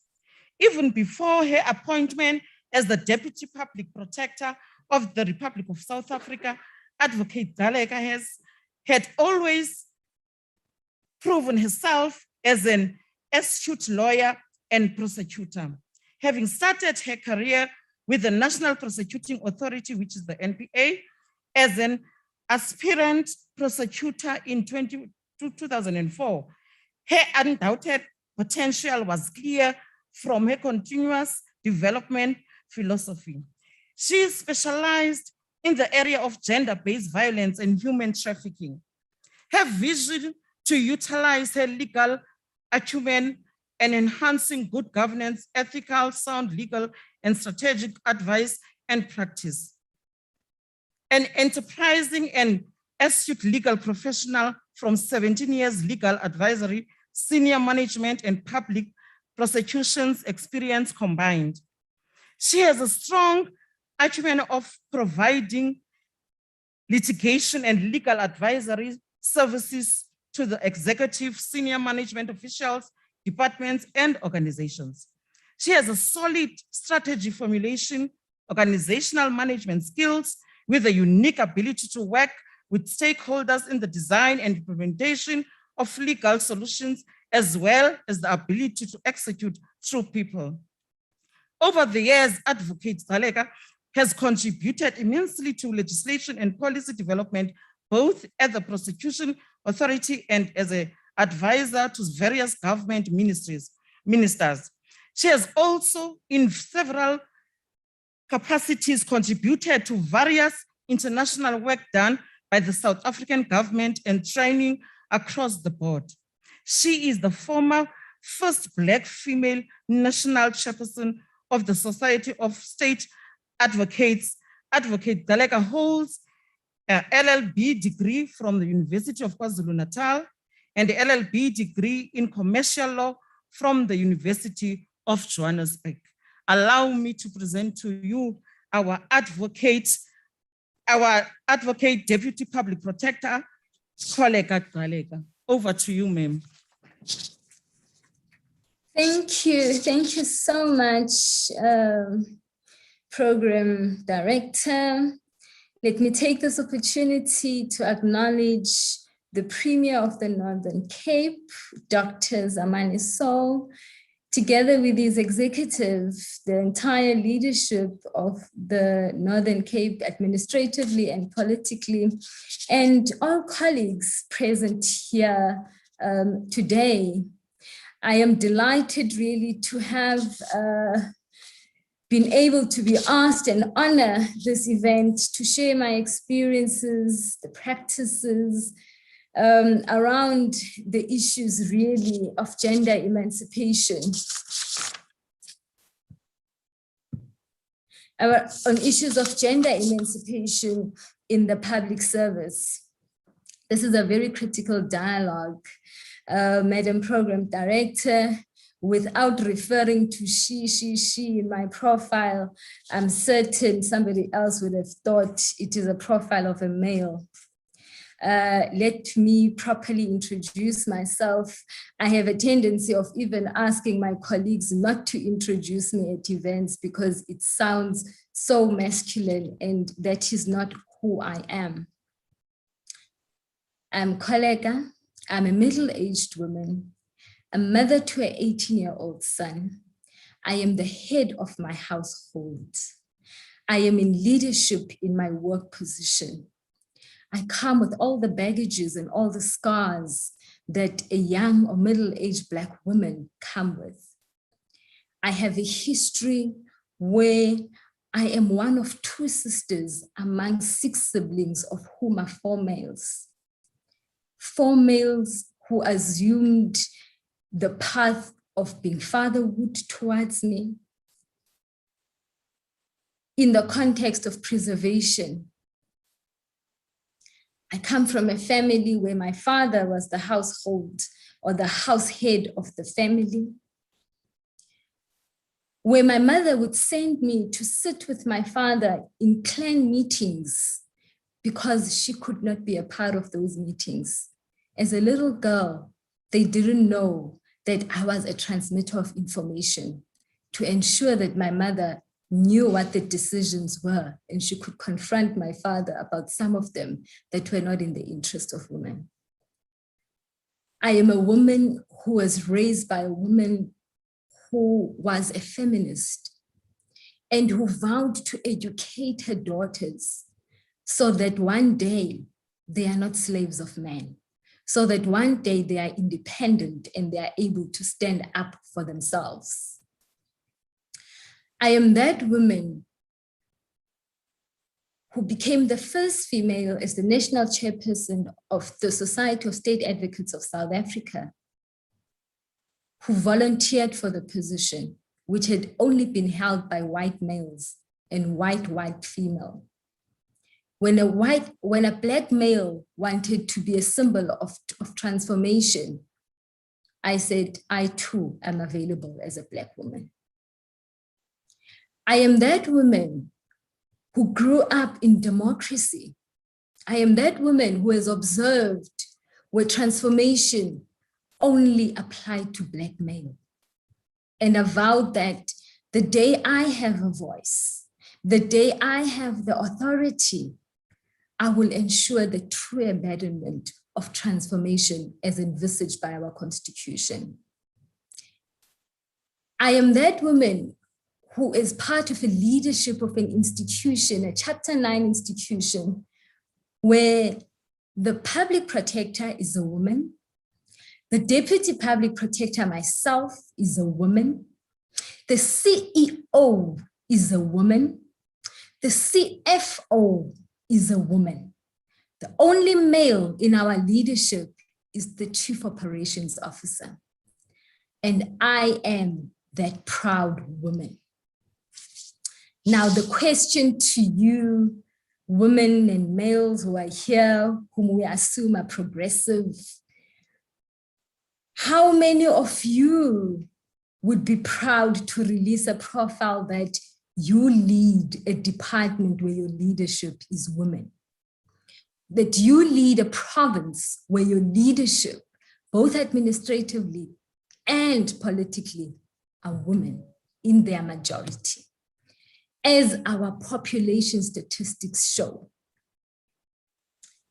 And I think we should make it fashionable that when leaders introduce themselves, they do not leave away from their profile what their contribution is to transformation, how far they have gone to transformation.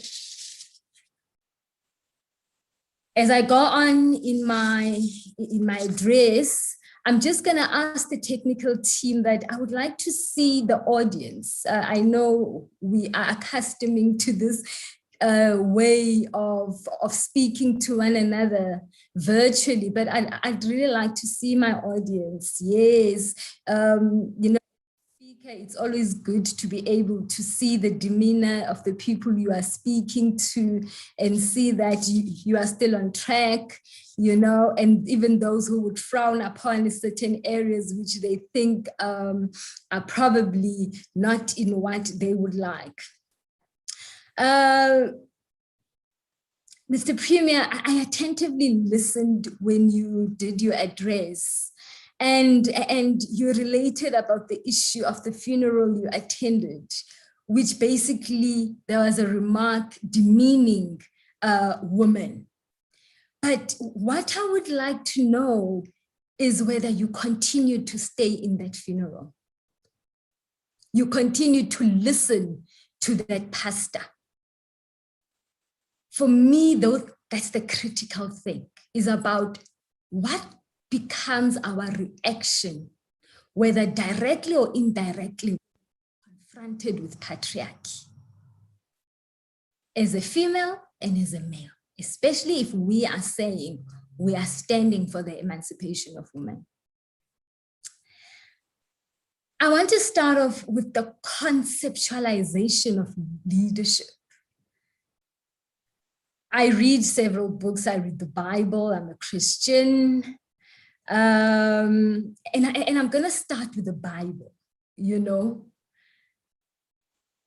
the greatest of leadership that's spoken about in the Bible, we hear of Josiah, we hear of Samson, Simon, Moses, Jesus Christ himself.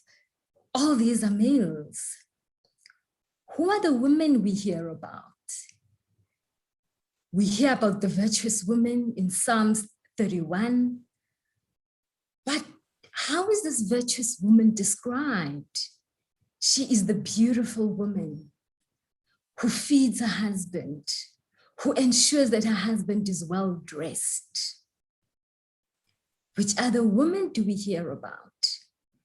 We hear about Mary, the mother to Jesus, who gave birth to Jesus, who was there when Jesus was put on the cross. But we do not hear of Mary during the preparation for the kingdom. We do not hear of Mary during the reign of the kingdom. And there we hear of Delilah, the woman who cut off Samson's hair, who became the destruction to male power. That is the Bible. Now come to leadership books. I'm actually reading a book of Professor Marwala, who gifted me with it when I graduated for my LLM at the University of Johannesburg. And he speaks of leadership lessons from the books he's read. And at the back of his book, where he does the summary, I'm just going to read out the first sentence where he says, I quote, "We cannot underestimate how critical strong leadership is in all aspects of our lives," I unquote. Strong. The key word for me, strong. In my profile, strong comes out a lot. Viva to women in Bogoto, strong comes out a lot. But what's the symbol of strong? Is it a symbol of femininity? No. It's a symbol of masculinity. So even from what we read, leadership is made to be masculine. Leadership is man. Geography. Now, this is the educational system. It speaks of mankind. What is man? It's male. Then we are told also women.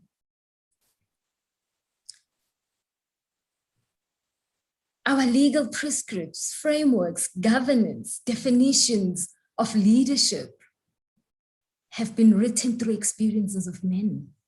They've been written by men. And I'm going to argue that they've been written for men.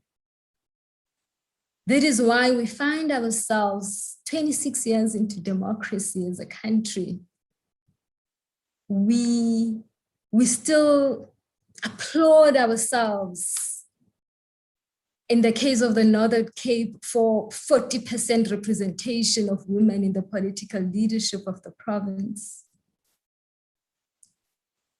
We are sheepish about the representation of women as HODs in executive position. But we are proud of women being employees. It's because of what is actually being indoctrinated in us as a people. Political leadership are fighting for 50-50. And yes, Premier, you've achieved 50% in your executive, but you still preside over a province which only has political representation of female, but your strategic representation is underrepresented, 25 to 30% of females acting.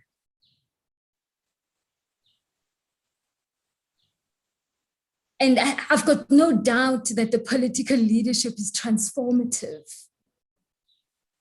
But what does it say about you and your female leadership, by the way, being comfortable to appoint males? But they want to lead as females, but they don't want to lead with females. They're comfortable with males. And they proudly represent themselves and say, I am a female and I'm an MC. But your HOD is a male and you're proud. And you continue to preside over that situation, and you are expecting a dialogue, legislative framework, policy to change things for you.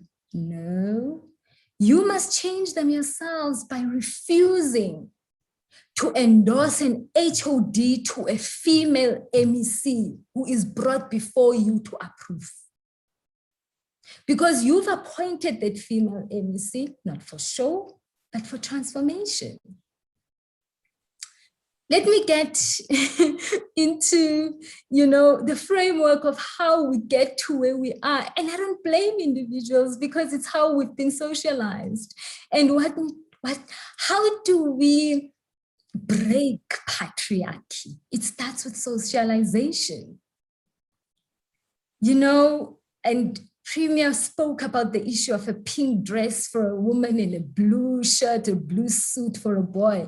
I'm wearing a pink dress today, Premier, and I'm wearing this pink dress as a symbol of my compassion, as a symbol of my love, as a symbol of my passion, as a symbol of my care, not as a symbol of weakness. But yes, you are correct. Women are put in pink as symbols of weaknesses, and for them to grow up with that mindset. Boys and girls are dressed like that. Now you must be pink as a baby, you must be pink as a young girl, you must be cute.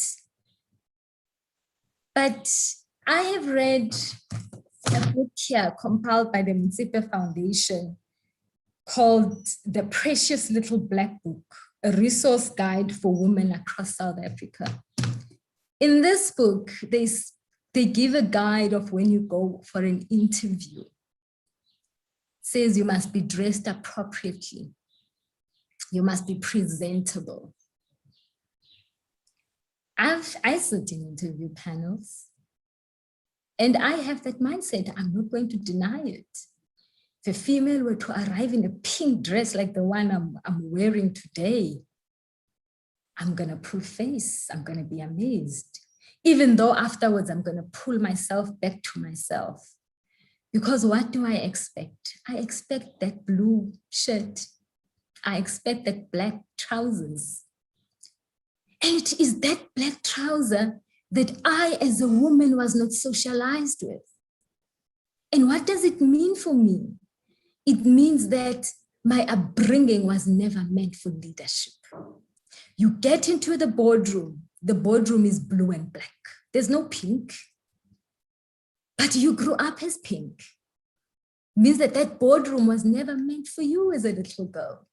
Because if it was meant for you, you would have been blue and black as well. Or that boardroom would have been pink itself. That is where it all starts. For us to then grow up and think differently about it. If it doesn't start there, trust me, it is not going to end with a 50-50. It is not going to end with a 51, which actually represents the population of women in this country. Now, our cultural dynamics, I'm actually proud to come from the family that I come from and the clan that I come from without being ethnical about it. But in most of our cultures, especially as African Black people, women must bow, especially to men. Women must be submissive. Women must not look men in the eye. But hey, how are boys raised? Take your hands out of the pocket, stand up straight, stand tall, look at me. How is the boardroom? You must stand up tall. We even wear heels as women to stand up tall enough. And that's for authority. But our culture dictates that we must be submissive. And our culture dictates that we must not enter the boardrooms and have authority. Our culture dictates that we must not lead. For me, that is where it starts. But where again does it start? Just before we started, as I was waiting for us to resume here, I went into social media and I saw some post about a young, beautiful lady, I think who stands up for some leadership position. Now somebody has posted her. You know what are the comments from men? Then to speak about her leadership capabilities, they are sexualizing her. Now, that is the other issue. We grow up with those kind of oppressions as women, gender-based violence in our societies, but also in our workplace. And we don't speak about it in our workplace. We don't speak about how men sexualize us as women. How when a man sees you, before they see an equal, before they see a woman leader, they first see the sexual part of you as a woman. And we even do that amongst ourselves. And that is how we are orientated. We speak, as stipulated in this book, dressing appropriately. What is appropriate dressing for a woman? When a lady has been raped, the first thing that's asked, what was she wearing? So what is appropriate is according to what you are wearing. And that's being sexualized. Then our very own government, progressive and transformative as they call themselves, preside over an educational system which speak of warriors of our history. Napoleon Bonaparte, Hitler, Nelson Mandela in South Africa, where Winnie Madikizela Mandela is featured, she's featured as a rebel. What are we teaching our children? If our own literature does not bring out the leadership of a woman and the roles that have been played by women, how do we expect the next generation to be different from my generation and the generation before me?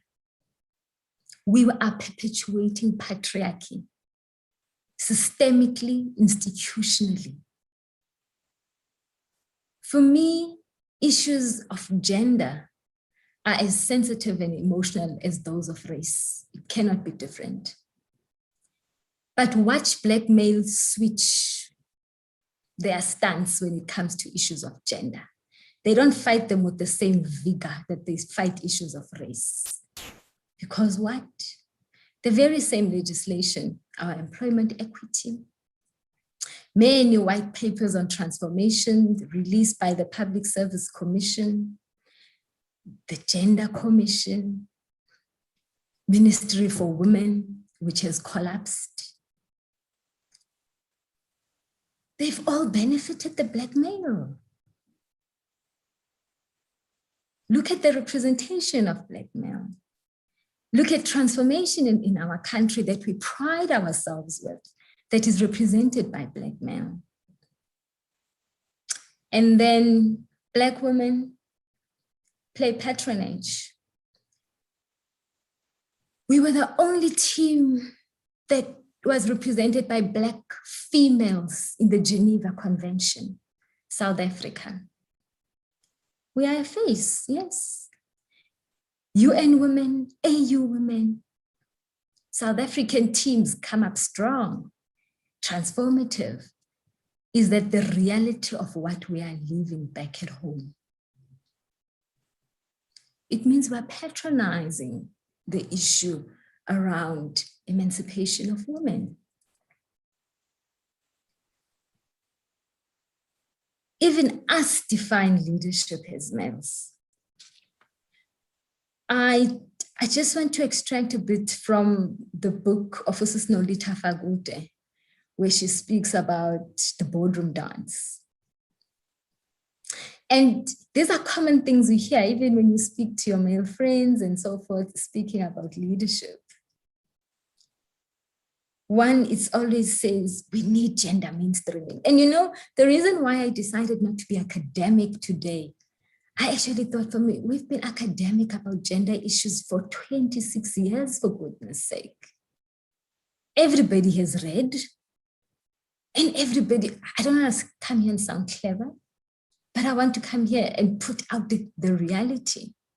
We speak about gender mainstreaming, we speak about these big words and everything. But when comes the time for implementation, hey, they are not ready.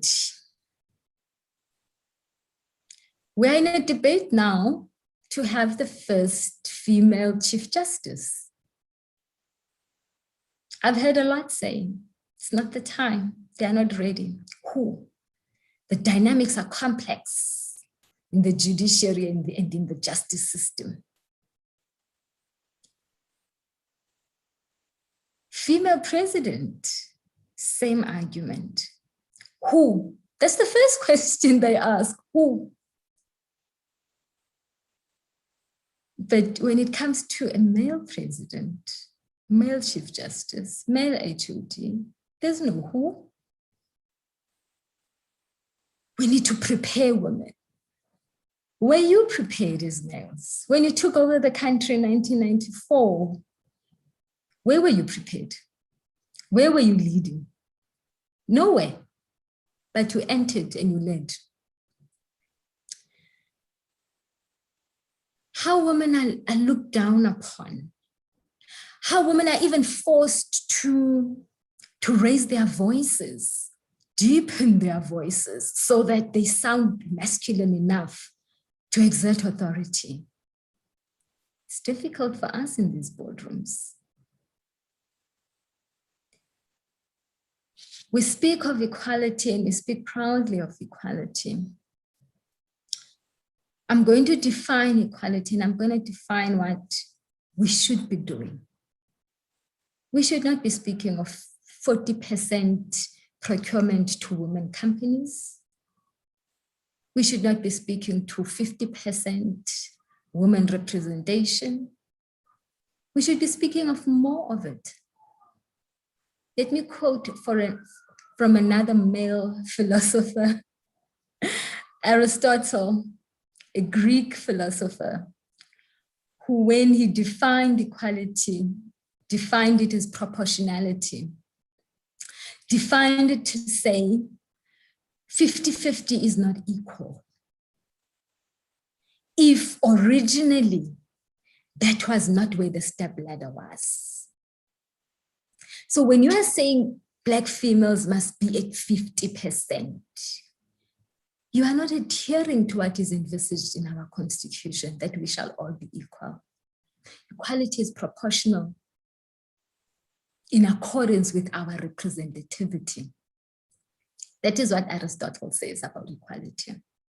But we have redefined equality so that it can satisfy mankind, and I mean mankind, not men and womankind, you know? So for me, I want to say, I'm really not gonna go through the Nhlapo Commission's findings. We all know them. And they speak about the institutionalization of gender mainstreaming. They speak about cooperation. They speak about stakeholder relations, bringing everybody on board. They speak about everything else.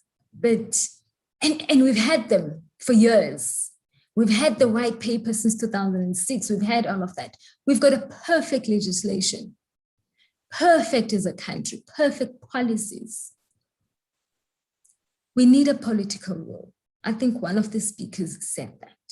We need a political will.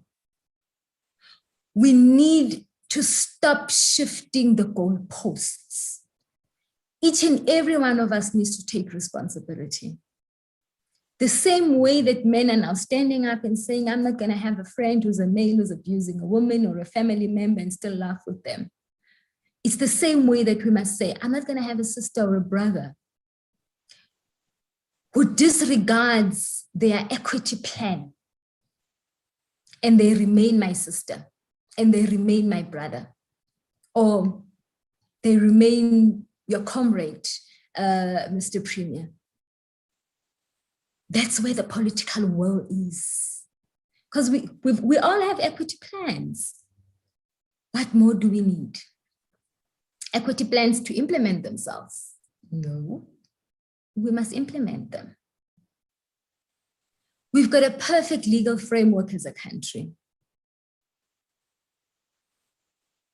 We need to change our engagement styles, you know?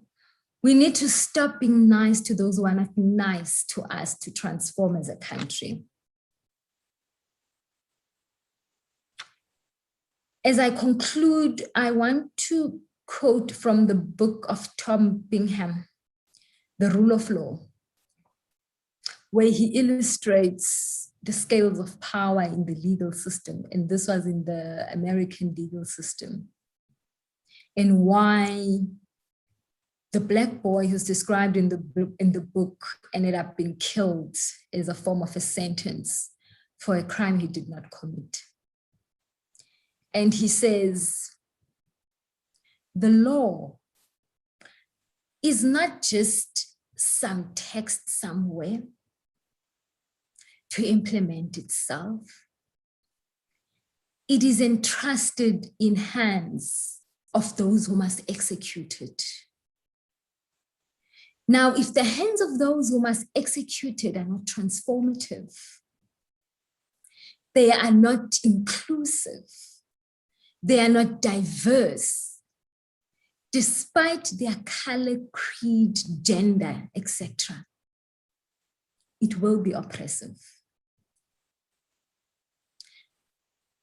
Now, taking from that illustration in the rule of law, that it is important that in the hands of those, the transformation, and particularly transformation in terms of gender in our country, those hands must not just be male or female, black or white, colored or Indian.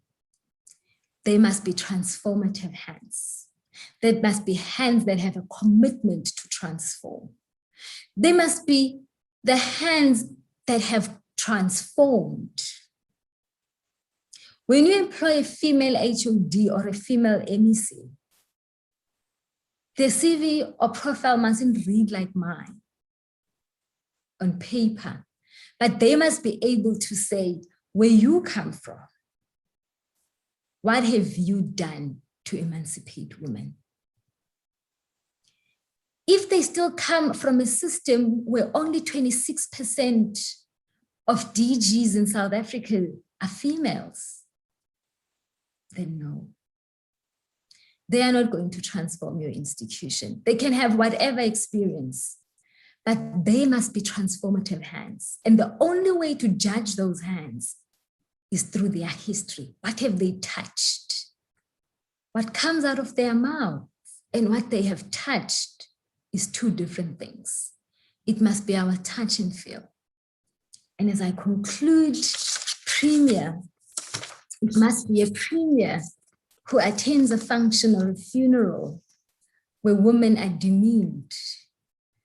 The Premier who's courageous and brave enough to stand up and leave, because he will not be presided over by an oppressor, because that pastor is an oppressor.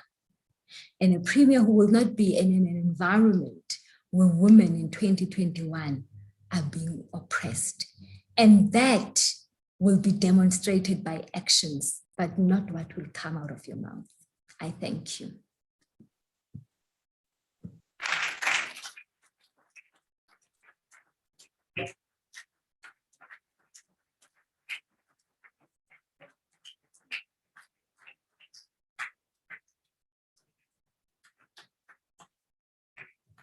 You strike a woman, you strike a rock.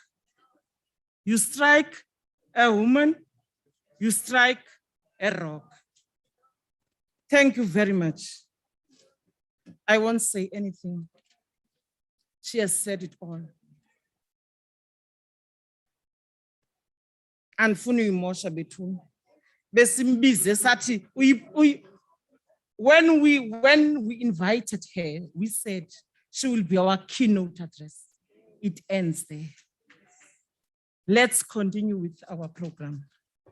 Ndiyabulela kakhulu sisi. Nangamso. Before I will call acting HOD of Sport Arts and Culture to come and assist with the dialogue process. But before that, I think it's very important also. I see Mr. Koya is not there now because Premier, I wanted to allow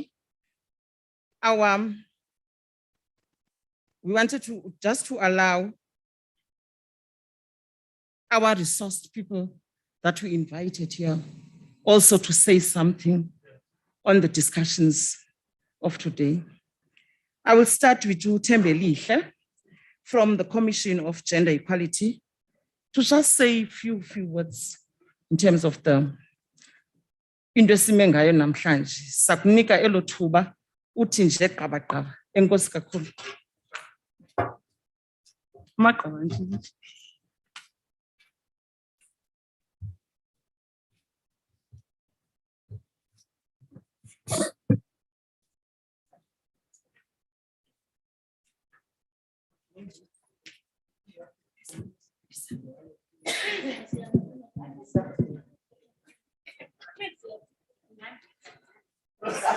Molweni nonke. Good afternoon, everyone. A lot has been said. A lot has been said, but I wasn't expecting anything less.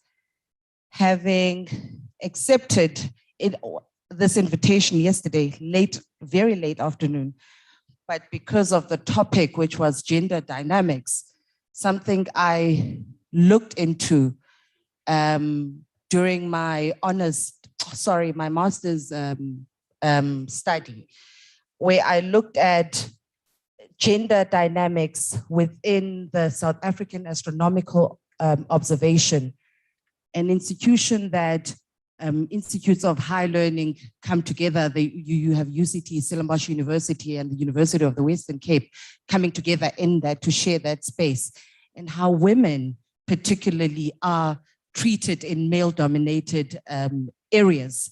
So everything that came up today, from Premier mentioning the color coding, those early symbols of socializing, to the patriarchy, to right until the symbols of leadership, why it's so easy for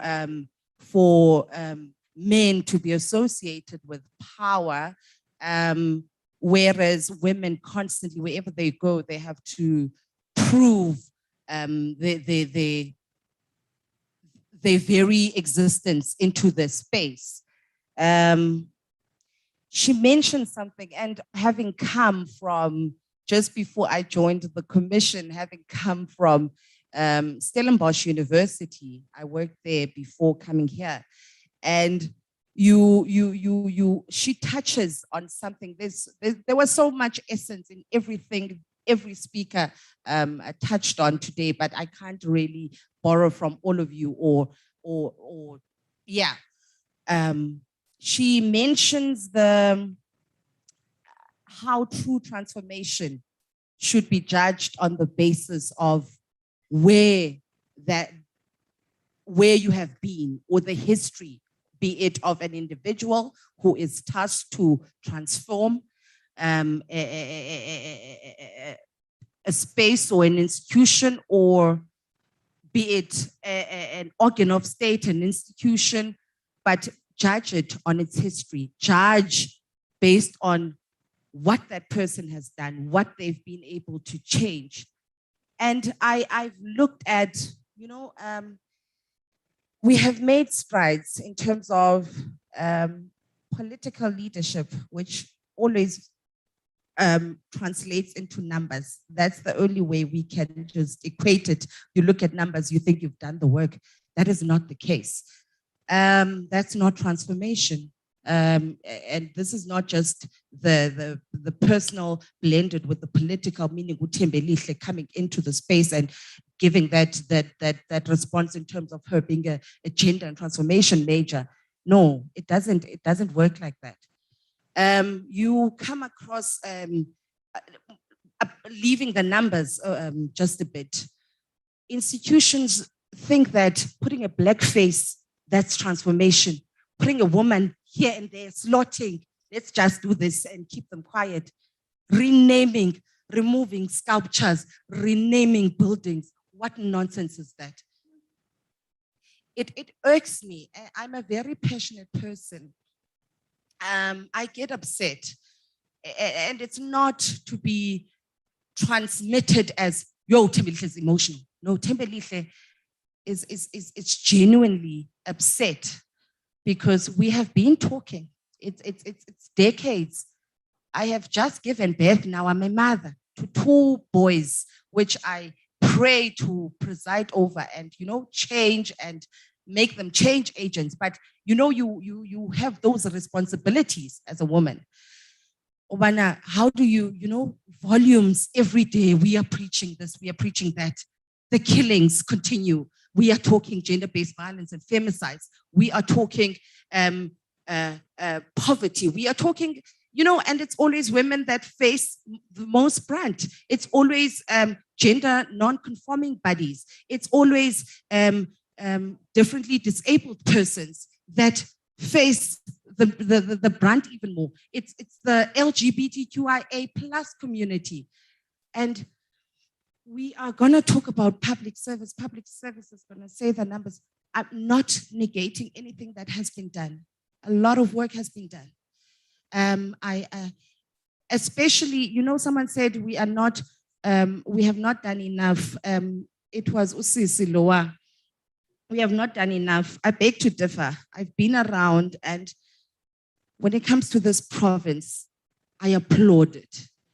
You go to police stations, you encounter SAPS divisions. We are making strides. Northern Cape, I am proud of it. We are working. We are not where we want to be, but we are definitely, we have set the tone. And I am so proud to have been positioned in this province. Though I wanted Free State, but divine interventions. And I'm so grateful that God said, no, Thembelihle, I'm deploying you there. There is your purpose is there. There's so much that I want to say, coupled with the emotions, but I think I'll share most of the things when the questions and answers and discussions start. I think I must stop for now. Thank you. Thank you very much. Can we give over to the Provincial Secretary of COSATU, also just to say a few words on the topic of today. Over to you. Thank you, Program Director, and should I greet the audience, greetings to the Premier and your cabinet and the HODs present here today. We should say we also acknowledge and appreciate the initiative taken by government today in bringing together the people of the province to come and have a discussion over a quite important topic. Our view, Premier, is that this should not be a once-off prestigious event where we come in to talk and we leave. The issue of implementation, I think, is quite pivotal. It was raised by many of the speakers who took to the podium today. We need to avoid really engaging only in August, when it is the month that is associated with gender-based violence or women, what. We need to have continuous engagements if we really are to really work to ensure that we end whatever dynamics that are negating our progress in as far as areas work is concerned. So it should not be only in August, Mfundis. Now, I'm going to talk like a trade unionist, as you usually say, Comrade Zamani. You know, when I was still an organizer of NUN, I met many challenges when we have to address the issue at hand. And it's still persisting. It's the same challenge faced by many of the trade unions. It's a challenge that's facing workers, of course, the trade unions. One speaker said that trade unions and the employer must be held accountable. We agree. One of the challenges that we're facing is that when you go to negotiate with the employer regarding implementation of employment equity, particularly around, putting women in higher positions, they will either tell you two things. One, there is non-availability of qualified women. And our view as COSATU is that is nonsense. We've got an abundance of knowledge and skills. We've got so many people that are qualified to assume whatever roles in whatever departments, whatever positions that are currently male dominated. And we are saying, if it is the case that indeed we don't have women that are qualified or skilled to can assume whatever role, then whose responsibility is it to ensure that we empower? The speaker spoke about succession planning. Our succession planning policies should talk to the issue of capacitating women. And I think we have a tendency of, looking just here, not strategic thinking. And it's killing many of the organizations. Strategic thinking entails forecasting the need to have certain individual or employees playing certain roles in an organization. And how do we plan that? You collaborate with the institutions of learning. You take along employees or whoever to ensure that you build skills, you build a pool of capable people to can assume the role itself. The second argument that usually the employers present is that, okay, we do have enough abundance of skill, but we don't have positions, we don't have vacancies. I remember at one of the company, Comrade Zamani, the manager there said to me when I was very hard on him, say, look, you are Lily White. Isn't it a shame to you? And he asked me a question. He said, Morala, do you want me to die in order to create a vacancy for a black woman? And I said to him, no, well, that's not what I said, but it could be an option. If you have to die and then we have to address that particular, it could be an option, it comes from you. So you usually say that the old is refusing to die in order for the new to be born. It's exactly what is happening even in the particular area of work. We need to walk the talk. The other issue that we are noting, Madam Program Director, is the issue.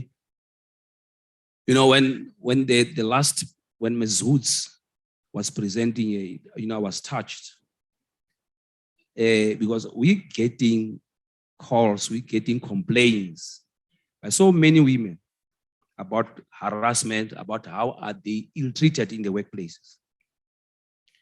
And her ordeal, her case is one of the cases. One of the cases. Maybe it's just a tip of it's not maybe, it is a tip of an iceberg. There are so many other women that are dying in silence. Very silent there. These things are happening. and they're happening be just, under our watch, in our watch. What is happening is people talked about or spoke about political will to address these particular challenges. Her ordeal describes adequately the attitude of employers to the issue at hand. What is the attitude of the employer to the issue at hand? It means they do condone such things. How did it take 10 years? How did we allow a person to suffer like that for a period of 10 years without any consequence management, without anybody being held accountable, or any disciplinary case or a disciplinary hearing taking place to eliminate such deeds or such actions? How? I mean, we can't be a government, a democratic government. You can't have like the deputy public protector is saying we do have a very good legislation or legislative framework in our country. We've got all this laws. And if we as government would fail to comply with the law and fail to implement, how do you expect other employers outside of government to respect and also implement such laws? We spoke about this laws and we spoke about implementation thereof. Employment Equity Act and all those particular pieces of legislation, they outline what should happen. One of the things that needs to be done is to ensure that we have forums or committees in place that should address whatever challenges or issues that we are raising here today. Now, the question is, if we have those particular committees or forums in place, are they adequately or sufficiently empowered or capacitated to address such challenges? It's a big question that you must ask ourselves. The next thing is, what is it that we've done in the case of Ms. Hoods to protect her as a victim of harassment in the workplace? Because the law regulates that it is our duty, it is our primary responsibility as employers to ensure that they are protected. I didn't hear her mentioning employee wellness, that she was taken through employee wellness programs. She was assisted there and there. I think it's one area, Madam Program Director, I see I'm chowing a lot of your time. I think I'm raising quite important issue. It's quite important that we need to do self-introspection. We need to do what we call organizational re-engineering to ensure that we address these issues and we address them adequately. I've been cut short here, intimidated by the program director, but thanks, that will be my input. Thanks, no problem, no Sikvile. The message was very clear, Sikvile, that thank you very much. We're moving with our program. We are almost there.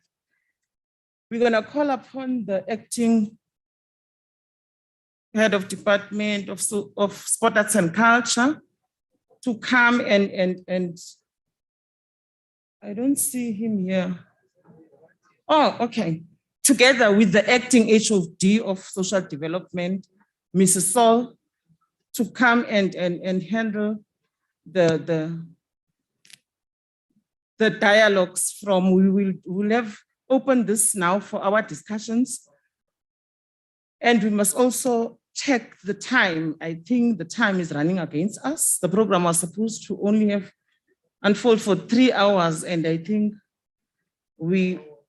for 2 years, we are, I think the acting HOD will guide us in terms of the questions from each district and also from the participants here, so that we just manage our time properly. Yeah, over to you, acting HOD, and the acting HOD of Social Development will also assist you in that regard. Thank you.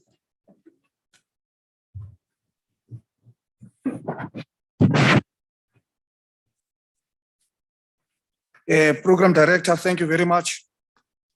Colleagues, this is basically now the essence and the engine of the program itself. around why we are converging today. We indicated that most of our participants are in the districts. And what we said this morning, we said we were going to ensure that each district is going to be given an opportunity to ask questions based on the discussions that happened this morning here and the inputs.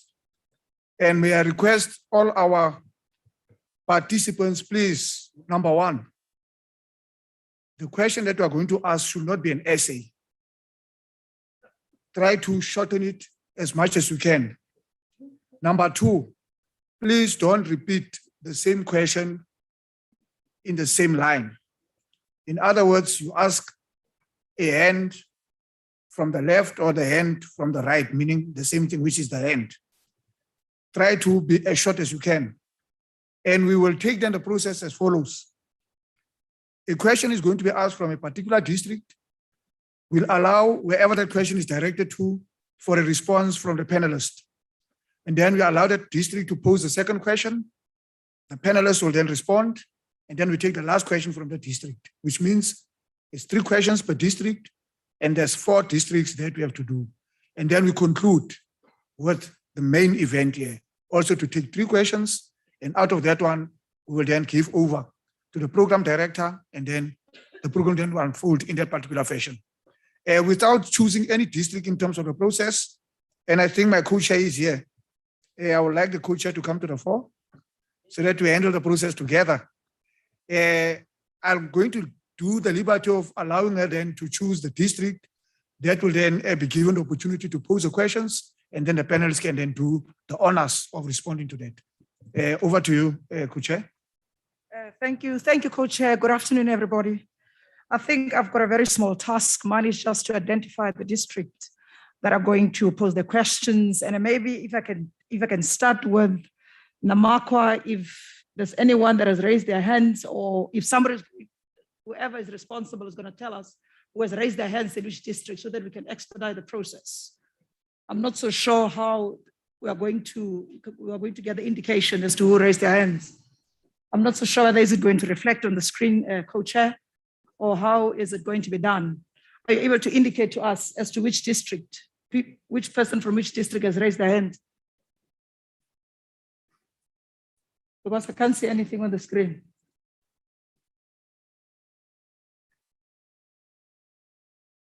Is there anyone from Namakwa, anybody from JTG who has raised their hands? If not, we will have to come to the main room so that we really, colleagues, try to save as much time as possible.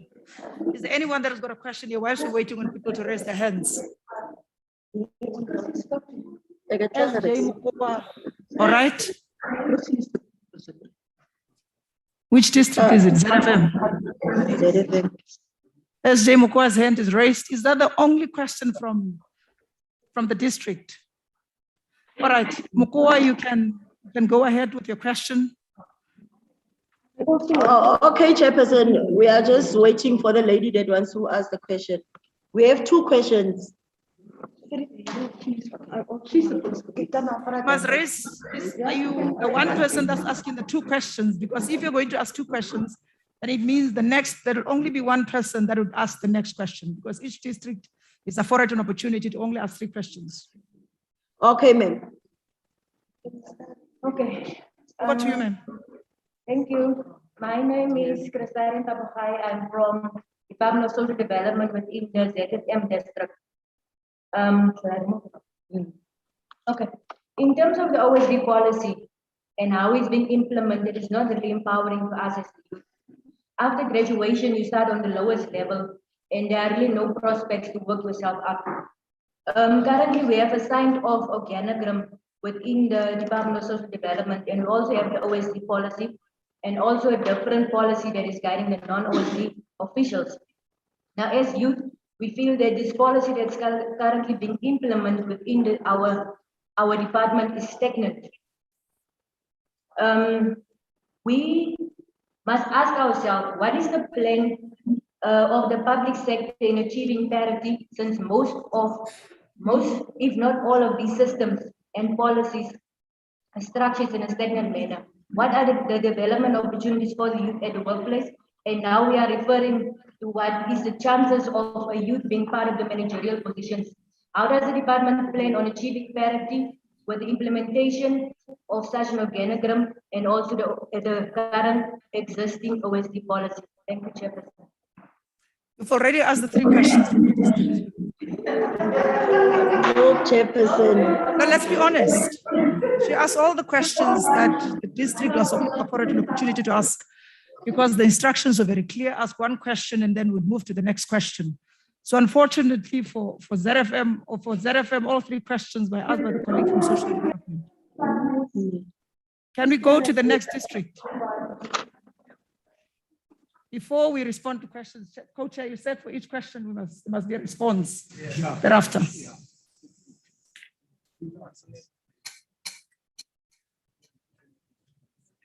Should I respond to the questions, or is there anyone from Social Development who would like to take the mic and respond to questions? Ma'am Sokacha, can I allow you to respond to the questions? Because I can't chair and respond to questions at the same time. The panelists will respond. But it's actually a question that... Please respond to the questions.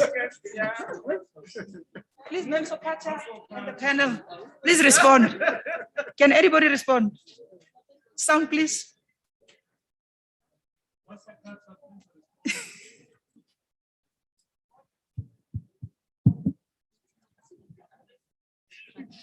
Thank you very much. I'm going to try and respond to the question, because I think the first one that I would like to respond to is the issue of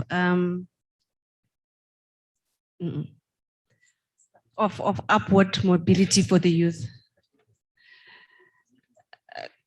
What colleagues currently, you know, that as I think as a province, we are in the process of relooking at our structures.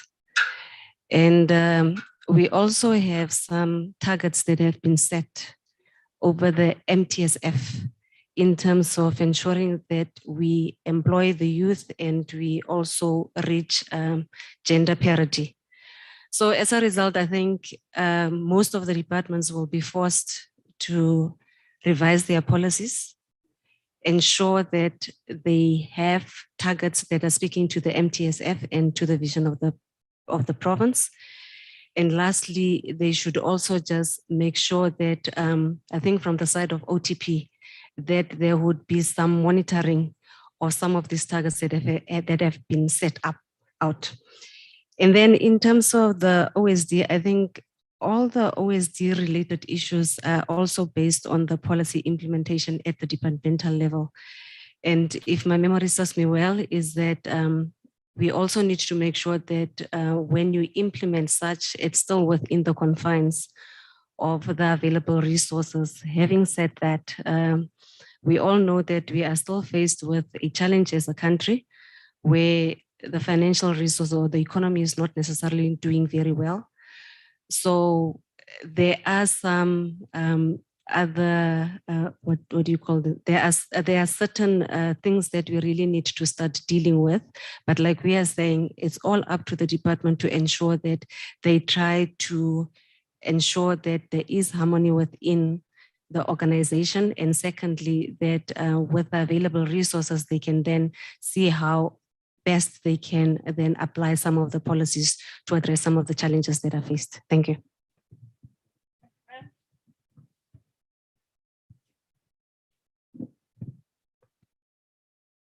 Are you responding? Oh, thank you. Can we go to the next district? Is it Marilyn Museki's hand that is up? Is it Pixley? All right, ma'am or sir from Pixley, you can ask your question. Is it Dutch?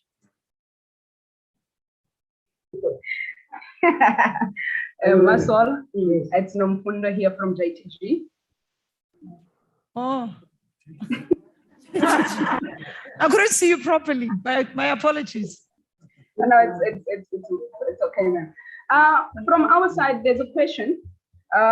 When the previous speaker spoke with regards to the statistics within the province in terms of gender, in terms of persons living with disabilities, Mine is just, for me, it's like, it's not important that we report on LGBTI, or do we even have stats on LGBTIQ community within the province? Can we report on that? So that's the first one. Then the second one is that, what platform are we given to raise issues of being oppressed? Because as a young person, we sometimes fear to speak to our directors or our managers, because there's this thing of you are young, you must not yeah, you nyata me.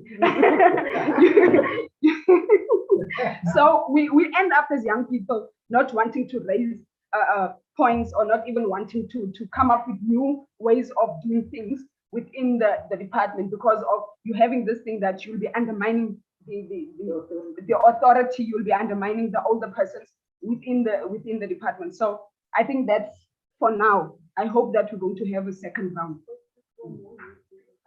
Thank you, ma'am. There's still an opportunity for one question in J2G, because you asked 2 questions. Unless if you were representing the district. Yes, I am. Thank you very much. Then the last question. All right. The last question is, by when do we see bringing young people into managerial positions? Yes, ma'am. And also look into the equity plan within the provincial office of social development. I think I'm proud of the districts, because they've met some of these equality mandates.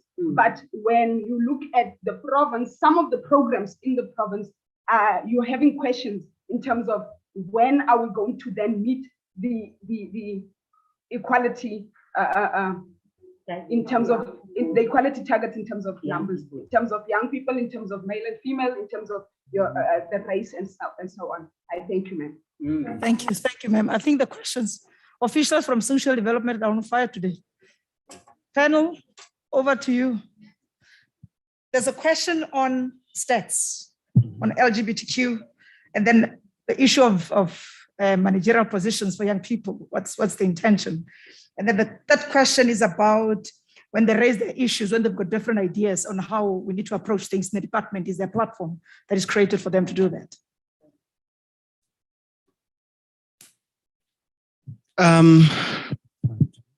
Hello, 1, 2.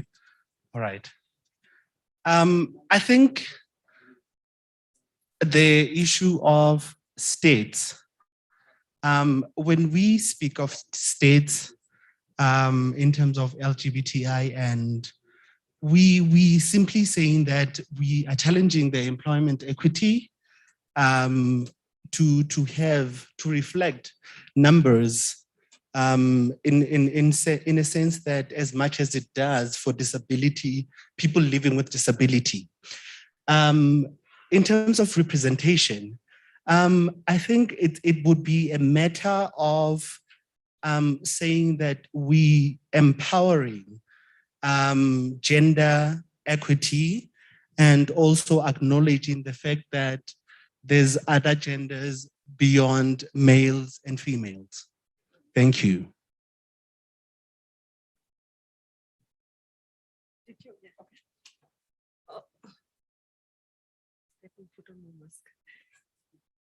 Also, maybe just to add, I think currently with the statistics that were presented, we presented the statistics that are basically available in the public domain for now. And as it is, when it comes to LGBTQ, we do not necessarily have such statistics as yet, but I should think that as time goes on, such disaggregation will actually be made. Thank you.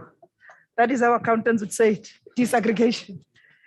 Colleagues, I think we must just afford an opportunity. I'm not so sure if Mem Manugu is still on the line. Maybe she could just respond to the question on statistics.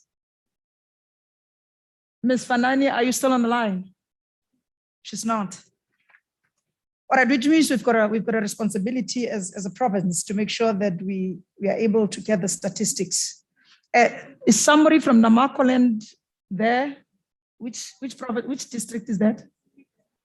Is it Pixley? Okay, Pixley, you can go ahead with your questions, please.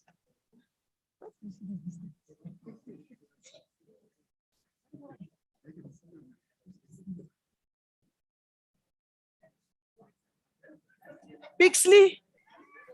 Okay, thank you, Masol. I'm Kolis Fatotos, representing Social the Development. district. You can speak, ma'am. Our first question is, can you hear me? Yes, we can. Yes, we can, ma'am. You can continue. Okay, I'm Kolis Fatotos. Our first question is on equity. We didn't get that, in ma'am. terms of the public sector in general, all situations. We can't hear you properly. You break your network is a bit poor. The network is not good this side. All right, the network is very strong that side. Continue. Okay. In terms of equity, we understand that the department stands at 52%, which is good, but we don't really see more of a women, especially in our district, in management level. And also on the issue of aging in the public service, we've got we've 55 and above.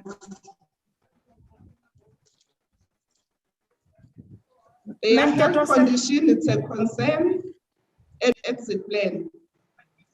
And meantime, there should be a succession plan in order for the upcoming subordinates in filling the positions to be well developed.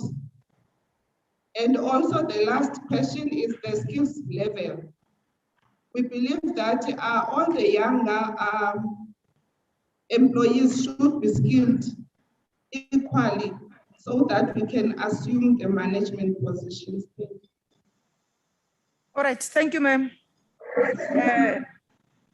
No females, few females in the management positions, the succession plan and skills development for young people to get into management position. And I'm not so sure if you could hear the other questions because she kept on breaking down.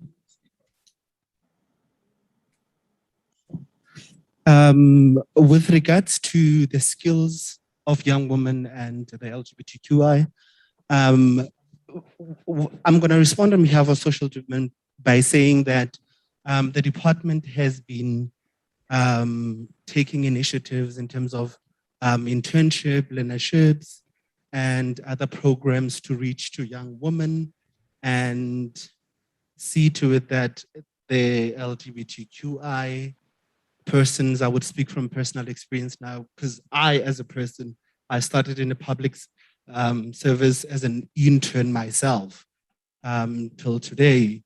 So I would say government is really trying in terms of creating and skills development.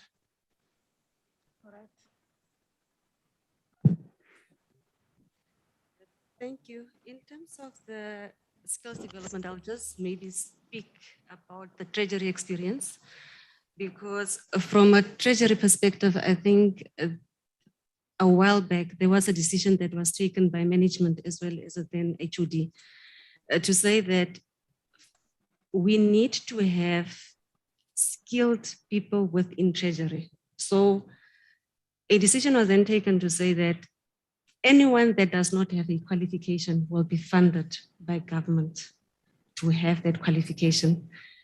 And I think when one looks at Treasury today, you can actually see that most, if not 80%, are qualified and they have actually been funded by the department.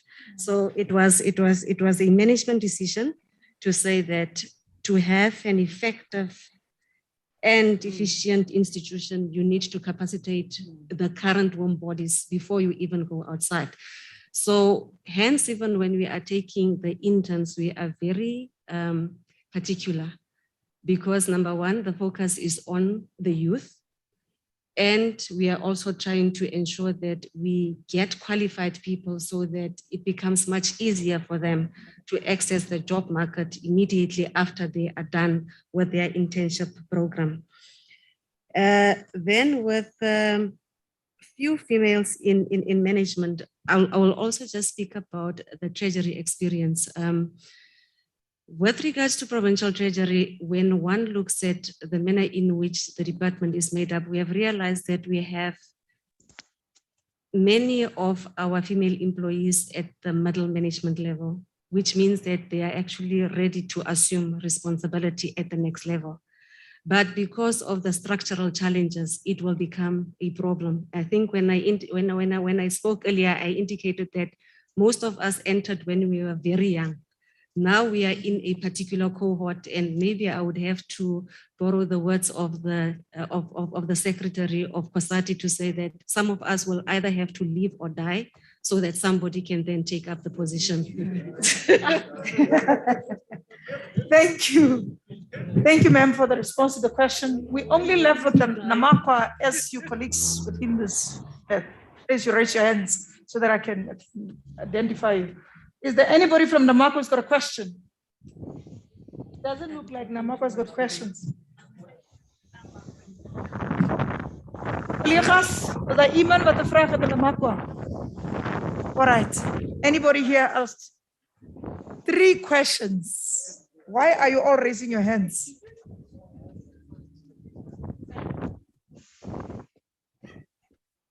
In this order, colleagues. 1, 2, 3, 4, 5, 6, 7. Close. No number 8.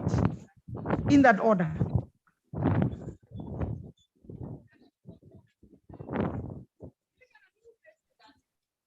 It's not on. But you've got a teacher voice. You can just speak.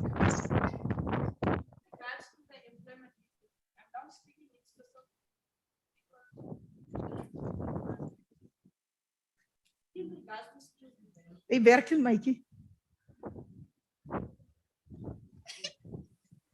Sorry for that. In regards to, I'm speaking specifically for people with disabilities in the department. Skills development. We have spoken about upward mobility and we know what the problem is. But my concern is now in regards to skills development. Seeing that we have our people with disabilities, some of them don't want to study, you don't know what the problem is. As we know, there are different challenges that they have, that they are facing. Because I can speak and say that I've been awarded a bursary and I'm studying currently with a bursary from DSD.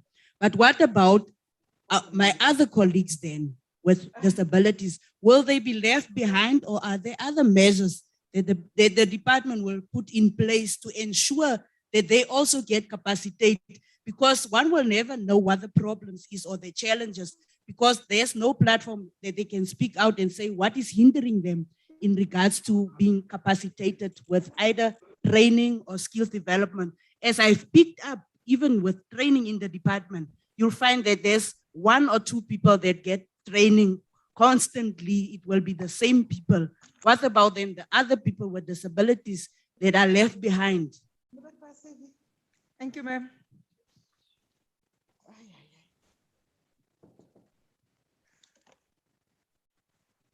Good morning, colleagues. I just want to thank the Premier for this platform. Really, I'm just so filled with mixed emotions. But this is like I'm a GFP at the Treasury Department. And, you know, at our meetings, we'll always, as GFP, we've got our frustrations and we would always want to get clarity in terms of our roles and our responsibilities as gender focal persons. As gender focal persons, because there's a huge misunderstanding in terms of what we need to do, who we are, what we're supposed to do. And, you know, Muruti Makhele used to always say we are fruit basket. Sometimes our roles, anything is thrown at us. So this is a song that we've been singing even in our meetings, that we need clear roles. And I liked also what my HOD also indicated in terms of institutional Institutionalize. institutionalize our HOD's 8 principles, performance agreement, that there must be accountability from there and it should be taken from there. And we have been also always taking it up with the Premier's office to assist us with that, because of we sometimes just running around like headless chickens and trying to do things, but we don't have a muscle, we don't have backup and support.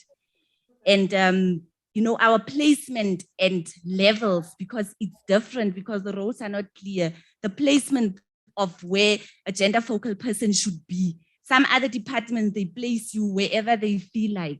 So those are the things that we need clarity, that we should know where are we placed. And there's been talk that we should be placed in the HOD's office. There's been talk that the restructuring that our HOD also has spoken about, that my current situation that I've been moved to HR, reporting to a HRD or official, which there's confusion where there is now the roles that are not clear. So those are the things that I just want to, there are others, but to give chance to other people, that is what the main things that I wanted to address. Thank you. Thank you, ma'am. It's you, sir. Okay. Then.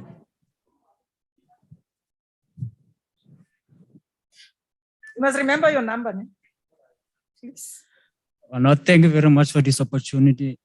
I would like to just add on what Tebo has presented. He made some points based the LRA, PCA. I want to add also the OHS. I've joined the department for the past 3 years and I haven't seen any compliance-based tests because of what we experience at I'm working actually at the Northern Cape Substance Abuse Treatment Center. And I think what the lady in the middle has presented, she is more than 10 years within the department. I'm only 3 years. And what she has experienced, and for me to experience it in today's life, in a democratic dispensation, it really doesn't make sense. And the worst part of it, the institute itself, it's actually headed by a woman. But the manner in which how workers are being, exploited actually by not complying on these 3 documents that I've mentioned, I've realized that I don't see the need even for the department to come and teach or tell me about policies if the bases are not adhered to or complied with. For example, if I have to make an example, we were appointed, but we had to fight to be permanently appointed. There wasn't the process didn't unfold to us as it's supposed to. It's very unfair for us to experience that. And you are being told that, no, but you can't do this and that. You wanted the job. Yes, I wanted the job, but I didn't want to be exploited. And it's not a favor for me to be to have been applied and being called to an interview and follow all the processes and been given an appointment letter for probation period. After the probation period, then we have to fight for something that is going to be beneficially to you. Like, for example, the other point that I want to add, it's I think we can say we are not actually happy as public servants because of even the employee himself has put nothing on the table when it comes to increment for now. Worse in this pandemic, and we are so far the only sector that hasn't rest or that didn't sit at home. We have been working throughout, but still government couldn't give even a cent to us and just to appreciate. It's very painful, colleagues, to experience that. Thank you very much. Ma'am Bosman will respond to that one. Ms. Bosvark. Ma'am Bosvark. Sorry, Ma'am Bosvark. It's him. It's her. Give Betty the mic. Colleagues, remember your numbers. I'm sure she's going to get married to Bosman. Good day, thank you.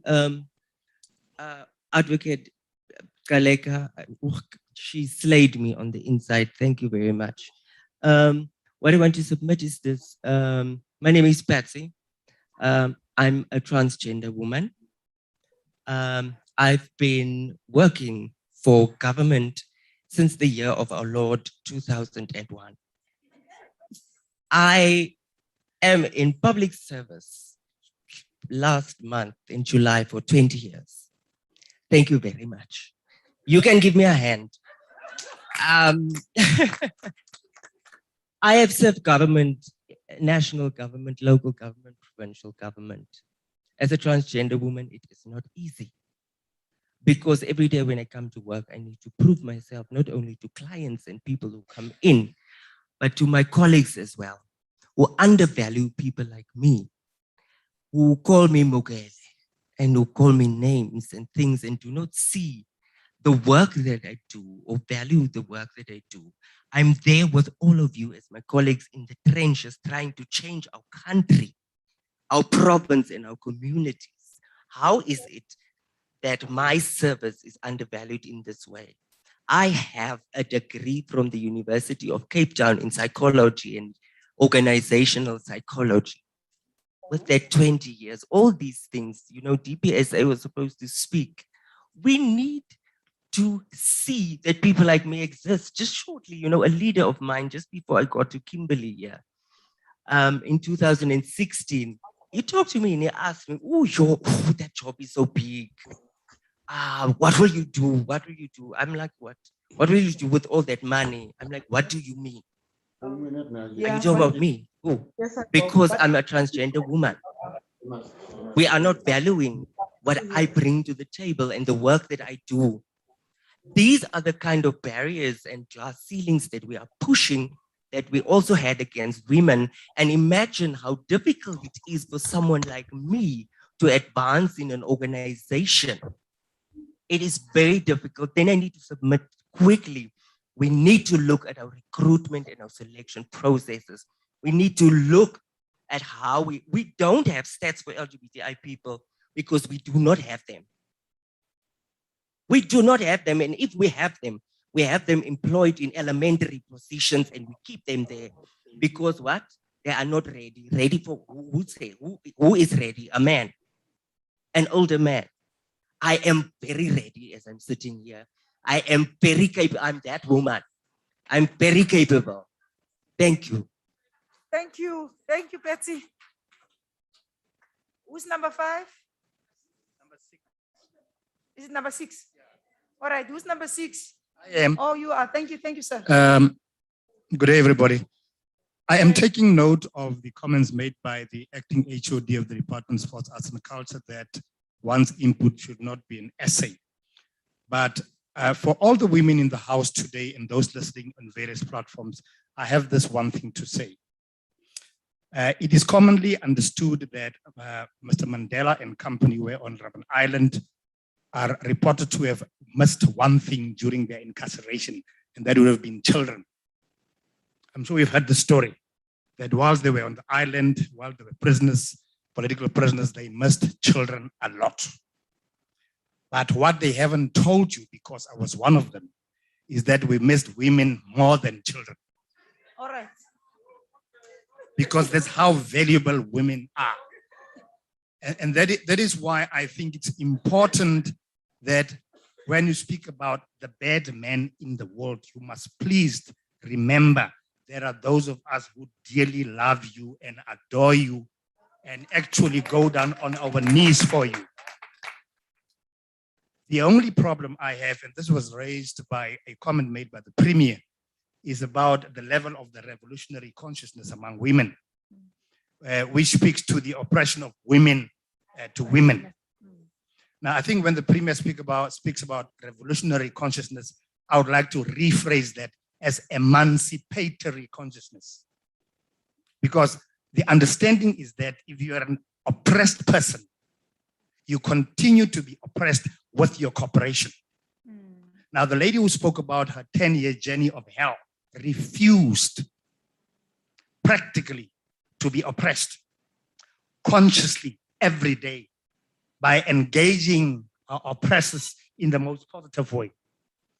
And I think I would like to see women, not just here in South Africa, but all over the world, begin to actually practicalize that emancipatory attitude of not equating yourselves to men.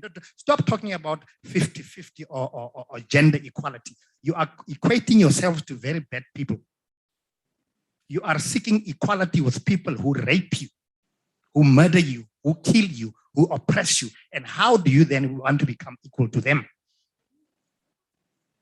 So when you speak of 50-50, you're actually like trying to be equal to the monster in a manner of speaking. So redefine your own dignity as women and then begin then to define your own emancipation from this oppression. That's my comment. Thank you very much. Thank you. Thank you, Maria. Who was the last person? Redefine your own dignity.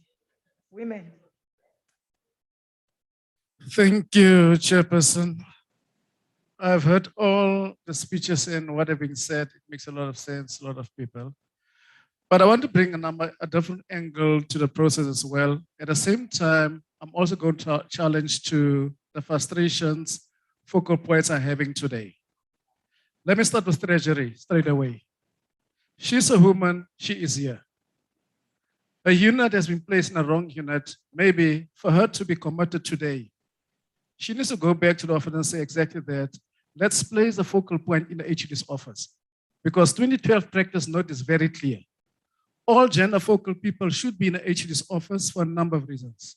To advise the HUD on policy issues, to advise departments on procurement issues, to be part of SMS meetings in terms of 2012 resolution at CGE in Benoni, where then we need to start looking into the integration methodology of policy development in government policies and assessment. That's the first basis we should start looking at.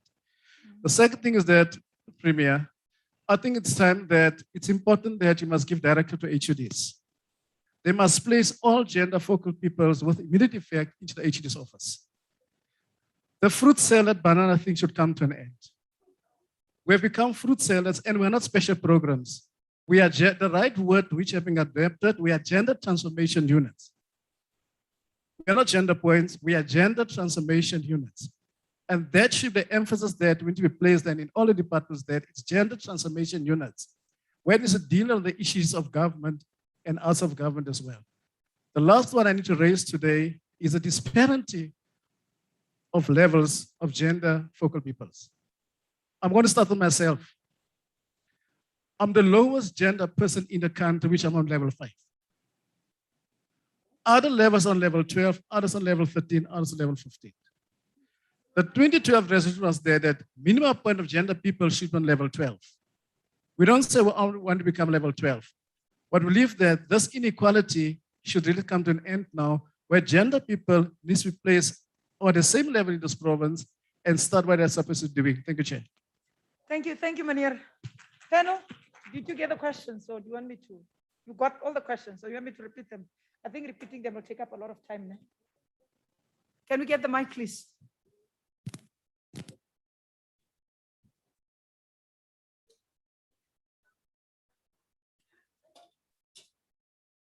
Did you raise your hand, ma'am? Are you number 8? Or she was 5? You see, that's why there was a confusion of numbers. I knew there was a number that we skipped. You can speak, ma'am. Good afternoon. Your mic is off. Good afternoon. I would like to thank God for this opportunity that I can speak today. Thank you very much, the Premier of Northern Cape. I really thank God for that, for this opportunity. I'm working at the Department of Health. I'm Tuli, Mrs. Kunjo. I started to work there 2005 until now. In the second level of the cleaners. Working up and down in Northern Cape, maybe sometimes I'm going to Colesberg in and out, doing an inspection in the Northern Cape. But when it comes that they must talk about my level, they will raise another issues. Until I must not focus on that. I must focus to the thing that they will say I must go back where I was working, so that I must go to that same level that I was in. I'm making up and down. I'm the one of the victim in Northern Cape. When they say today, the women can victimize the other women. I am the one in Northern Cape. But I'm thanking the Lord, but I'm still surviving. And opening my mouth today, I'm the one of the other victims in Northern Cape. So if this opportunity of us to be with our brother and our brothers in this platform, I wish God can take control by these things that we are talking here, the implementation of the things, because we are crying, even if we're keeping quiet. But inside, we are bleeding, because we're keeping quiet there. I'm in level 4 from 2005. I don't want, and this time is for the time of us to be open and to stand up and pray, we women, because our children are dying. And as we are victims of the men, we have to stand up now. This is the right time.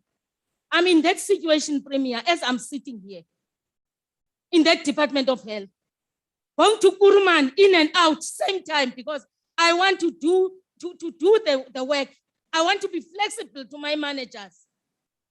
I want to respect them doing the work, but only to find out when I must get the level to those higher level people, they will raise another issue. Until I said, it's fine, God, it is well. Thank you. Thank you, ma'am. I almost responded. Panel, it's not my role to respond. Let me allow you to respond, because some of the issues are departmental challenges, colleagues. Yes. And at the core of these discussions is the organizational structures and how they look. But she addressed it earlier on. Thank you, Chair. I'm going to respond to the first question from the colleague from Social Development in relation to the capacitation. Yes, yeah. You see, opportunities are for everyone, Chair. So in every department, and I can speak for every department because it's compliance issues. Every department must have a workplace skills plan. Now that plan will identify the need of the training of all officials, all across all levels in the organization. That is a compliance issue. All departments must have that in place.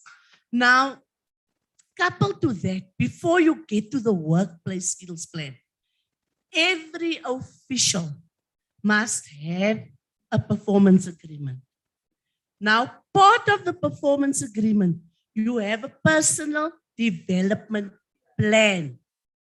Now, it is your responsibility to identify what development you require. Now, all of that is taken into consideration when the workplace skills plan is put together and finally approved. Thank you, Chair. Yeah, Alafina.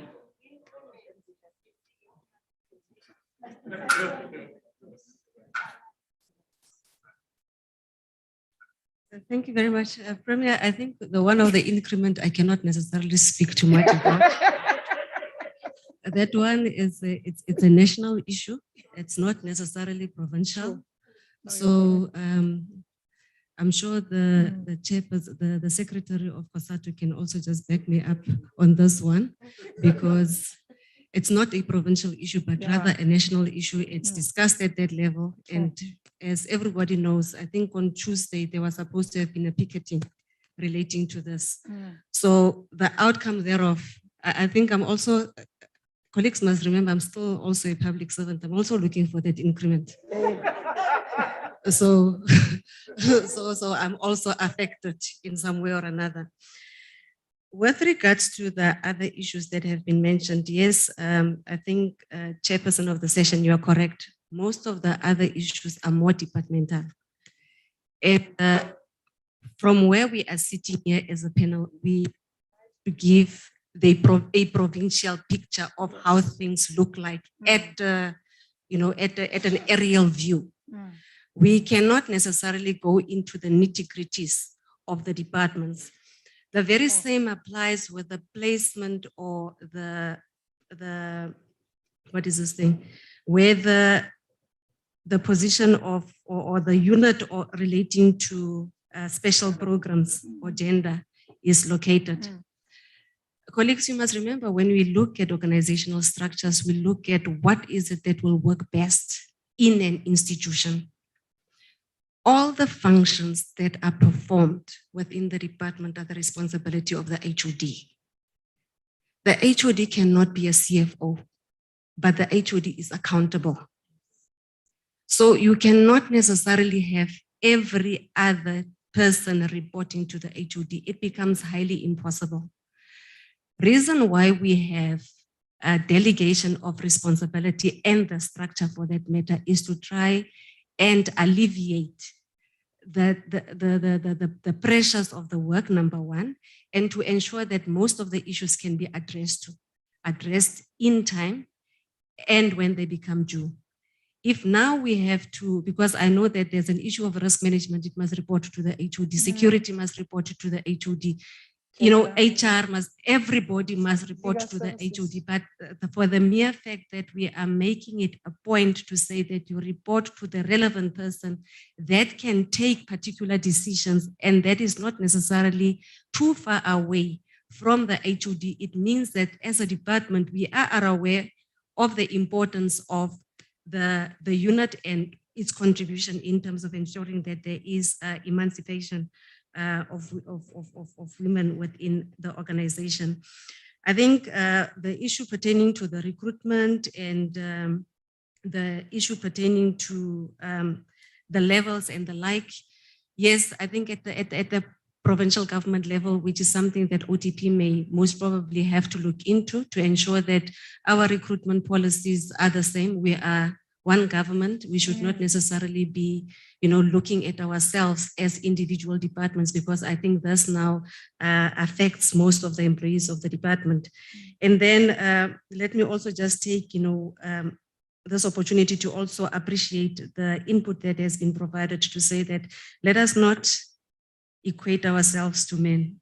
Let us redefine our own dignity. And I think that's basically where we should be as women, to say that we need to show that we get the positions based on merit and not because of whether you are a woman or a man. Nice. And I think that is something that I sometimes feel is lacking when it comes to us to say that you tell yourself that because I'm a woman, I must get the job, and not necessarily doing your part. And I think that's why now sometimes the issues of victimization and the likes, they do come, because we try to ensure that there is no victimization within the institution. But I think as women, we need to start, you know, we must start to appreciate ourselves and our values. And we must also, I think, continuously do an introspection to check as to whether, are you still, you know, are you still in line? Are you still on board in terms of where you want to be? Because you are not defined by your gender. Amen. You define yourself as a person by the goals that you set for yourselves and by how you behave in the organization. Because I sometimes say that we, you know, sometimes we put certain things forward, and as a result, they derail us from the main objective of why we are in the institution, because ultimately we are public servants. We are here to serve. And all of us, regardless of whether you are male, female, you are a chief director or whatever the case may be, we are all public servants of the Northern Cape government, and we have to ensure that government policy is implemented. Thank you very much. Thank you, ma'am. I think colleagues, they've responded to most of the questions. There's the issue of the institutionalization of the HOD principles. And I think the proposal that you're making is that it be included in the performance agreement of HODs, if I'm understanding you correctly. And the issue of skills development is that NSG now, they've identified mandatory trainings for government. And then the issue of the treatment of LGBTQ needs to be taken into account. The issue of the treatment center, that's an issue that I can personally explain, but this is not a platform where I can explain it. And then I think that is it, unless if there's anything else that I've missed, but I think the panel has responded to all of the questions. I'm going to give over to the acting HOD for DSEC to actually just summarize what happened now, the process now, and then hand over to the chairperson. Thank you.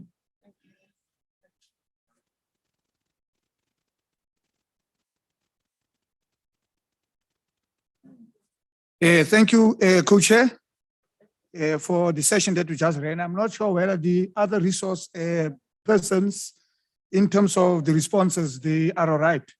There's no input that they want to also offer in terms of the discussions.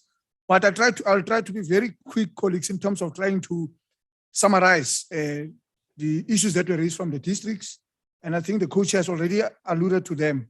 I think key to the issues that were raised is the issue that we as public servants and those who are in management positions like ourselves, how do we then ensure that the legacy that we are going to leave behind is creating an opportunity for those who must take over the reins? And I think it has been raised around the issue of opportunities that are presented in the public service. How do we ensure that we make those particular opportunities to be realized? And most of the time we'll be told that those opportunities are resource-based, because if there's no budget, there's no opportunity. But I guess there's quite a number of avenues that we can explore. Like the Premier once said, when he was indicating that if you get into a position and things don't seem to be working properly, try to turn the thing around up until it works. So if we will continuously say there's no money and we don't think out of the box is going to think on our behalf. The other issue that has been raised has been the most important aspect that talks about personal development of officials. And I must say that is one of the areas which are grey. In the performance agreements, I'm sure if one day we can just decide as a province to just sit and do a proper analysis of the personal development plans that we have. Year in, year out, we're ticking boxes. You submit, we submit, but there's no movement in terms of that. And I think it's really an indictment on us that why are young people complaining that there's no opportunities, but yet we don't even make sure that what we are ticking in the box, we go back to evaluate and see what is the impact and what is the purpose. And I think that is basically what I've heard coming out of the discussions. And I think the most important one, which I think as part of an ethos has been raised about, let us not equate ourselves to men. In actual fact, I think we must just try to make it move much more faster. I normally say since the advent of democracy in 1994, there's nothing that we have done to change the lives of our people. What we have done, we have just painted the house. You see, normally when you come into a particular environment and you know that this environment is not an environment that is good, to paint that particular structure, that structure will still remind you of what it did to you. In other words, it means we must create our own environment where these particular issues cannot become a nightmare. In other words, I'm trying to indicate that the vehicle that we are currently using to deliver services and try to address issues to our people cannot be the vehicle that we took to the panel beaters to be fixed. We need to create our own vehicle that will have our own modus operandi, that will run with the engine that we want and how fast it is supposed to run so that it is able to deliver on the mandate that our people want to see. And I think that is what Remo Khwaso was trying to indicate, that let us not equate to say I want to be like David, but let me say I want to become better than David. And that is what we should have done in terms of that. Program Director, let me give over to you in terms of the session. Namakwa did not get an opportunity. I think we're struggling with connectivity. They must not think that we have isolated them purposefully. It is a technology, and we'll try and address the things. Thank you very much, Acting HOD. Let me thank the two Acting HODs. Colleagues, we have come to the end of our program, but what is important, we need to consolidate all the questions that were raised with the responses so that we can formulate something like a document. Yeah, but before I give over to the Premier to come and do the closing remarks, I just want to say, as women of the Northern Cape, it's time for us now to be in action. It's time for us now as the women of the Northern Cape to get rid of this pull-down syndrome. We must be there to support each other, irrespective of our different institutions we are working in, but we need to be there for each other.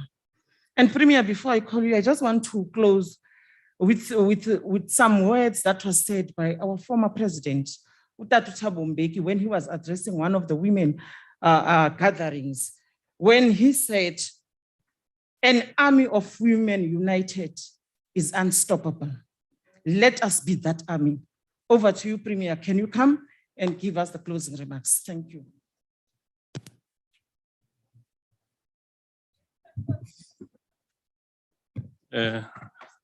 Ek dink almal is moeg nou. En ek hoop daar's voorbereidings vir kos. Is the lunch arranged here? Oh, okay, no, that's better. And for those who joined us on the virtual platform, we'll arrange a virtual lunch for them. And Yes, they please. can join us here virtually. But let me start by thanking all the participants. And I think this was quite an informative and very vibrant engagement. And I'm deeply impressed by the kind of eagerness which I've actually picked out of these engagements. But it should not just end up with it being an eagerness to ensure that we see change in how we relate to each other. There should be political will. I think our keynote address at the heart of her input was emphasizing the issue of political will. That is the will to bring about the change. And if there's no political will, we'll continue speaking to each other. We'll continue making issues of gender equality some kind of an academic exercise and convene such talk shows, and we speak and speak and speak, and when we leave here, nothing changes. But I think what we need is to see that there is political will that bolsters these engagements. When we leave here, we should be able to make an honest reflections about where are we and how far are we in order to ensure that we affirm and we empower women and the different categories in our gender characterization. I think there is something which was also said very much important, which actually made me to think the issue of a male cabal. What's her name again? Joe? Claudie, yes. Claudie said in her department, there was a male cabal. And in actual fact, it made me realize that we've got male cabals all over. We've got a male cabal in the cabinet. After cabinet meeting, women will switch out and we'll start our own jokes, and as men only left there. After those jokes, we start discussing substantive and serious stuff. And they are not there. After provincial executive committee meetings, as soon as the meeting is done, you'll see women packing up their stuff. They must quickly run home. And they leave us alone there. Yes, they leave us alone there and we start discussing serious stuff in their absence. And those serious stuff that we discuss in their absence, we make follow-ups on them. And so there's cabals all over. I don't think there's any department that does not have a male cabal. It starts informally, it gains shape, and it impacts on many people's lives. And maybe women must start establishing your own cabals. Yes, to counter this, you should start establishing your own cabals, converse amongst yourself about how best to empower each other. And I also want to thank our panelists, and I think they actually gave us a very rich perspective around issues of gender dynamics in the public service from different age cohorts. Very young, not so young, and not so old. cohorts. That's my understanding. It's very young, not so young, and not so old. Yeah, I think they gave us different perspectives about the challenges which are there in the public service. And I'm sure all of this will be documented. We'll be able to formulate and develop some 3, 4, 5, 6 pages documents on the outcomes of these engagements. But so which I think will be very much important for us. And this discussion brought into sharp focus another dimension, which I just want us to think about, and maybe as we go along trying to refine our responses, is the issue of gender and sex. It brought this thing into sharp focus. Because after birth, what your parents register in your birth certificate is sex. If you go and look at your birth certificate, what gets registered there, it's Zamani Sol, and then the next question is, what is the sex? And then sex, it's male. So if you go to, we are living in an evolving society. The society we are living in is not a static society, it's evolving. That is the reason why most societies have got problems with conservatives, people who want to conserve the past. There's a serious debate that is taking place in Scandinavian countries and as well as in Australia now. Whether is it correct to register to have a requirement of registration of sex in the birth certificate? Is there such a is it necessary to do that? There's countries that have stopped it, like in Scandinavian countries, they've stopped it. They just want to name and your surname, give you a birth number, which will become your ID certificate. Because human beings have got extraordinary capacity to self-actualize. That's what human beings have, extraordinary capacity to self-actualize. So what sex refers to biological and physiological characterization of an individual, looking at the reproductive organs. For an example, I'm born and I've got a third leg. They will say it's a male. And in the absence of a third leg, they say it's a female. That's what actually happens. But that then undermines our capacity to self-actualize. That is the reason why in other countries, and which is a very strong debate that is coming to the fore, leave that so that the individual, when he or she is of age, can come and say, I'm a male. You come yourself and say, I'm a male. It's left open. You come yourself one day when you are of age above 18. You come and say, I'm a transgender woman. And then they put it in your birth certificate as a transgender woman. You come back and say, I'm a female.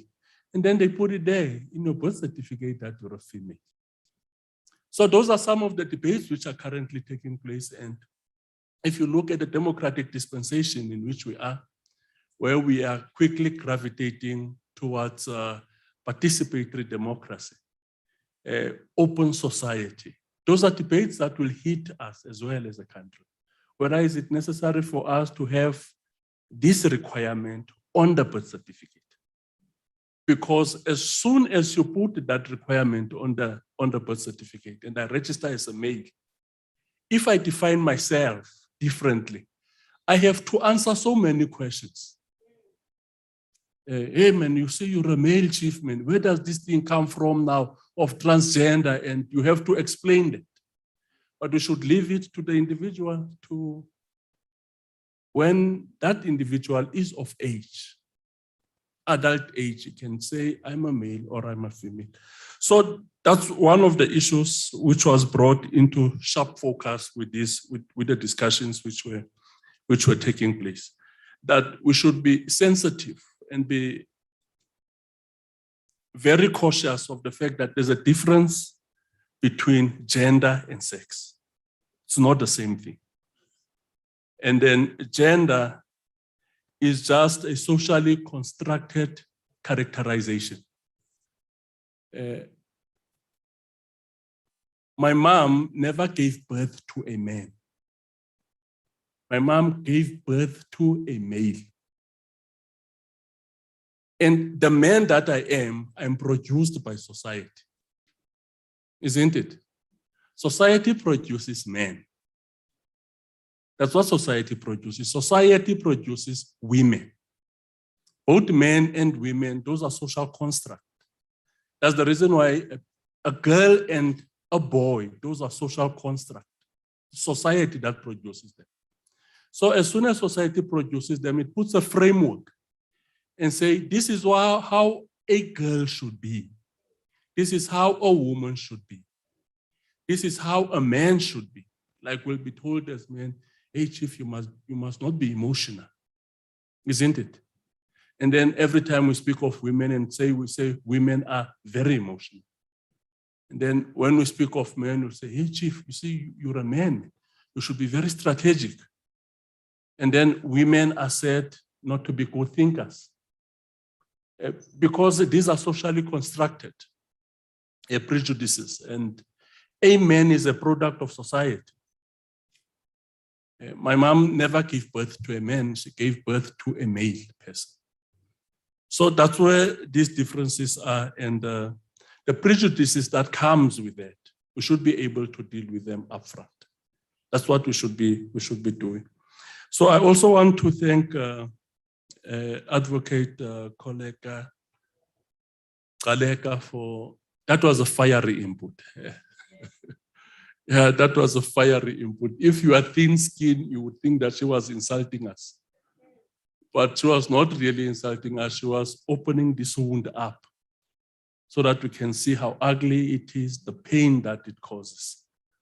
So she made a very good input, a very fiery input in trying to put into context the issues which were raised by the panelists.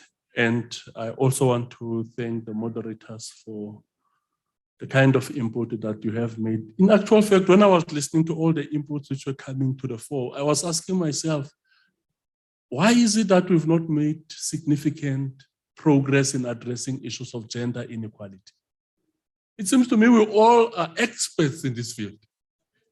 Yes, everybody who spoke, even the ones who are participating through the virtual platform from the different districts, you get a sense we're all experts.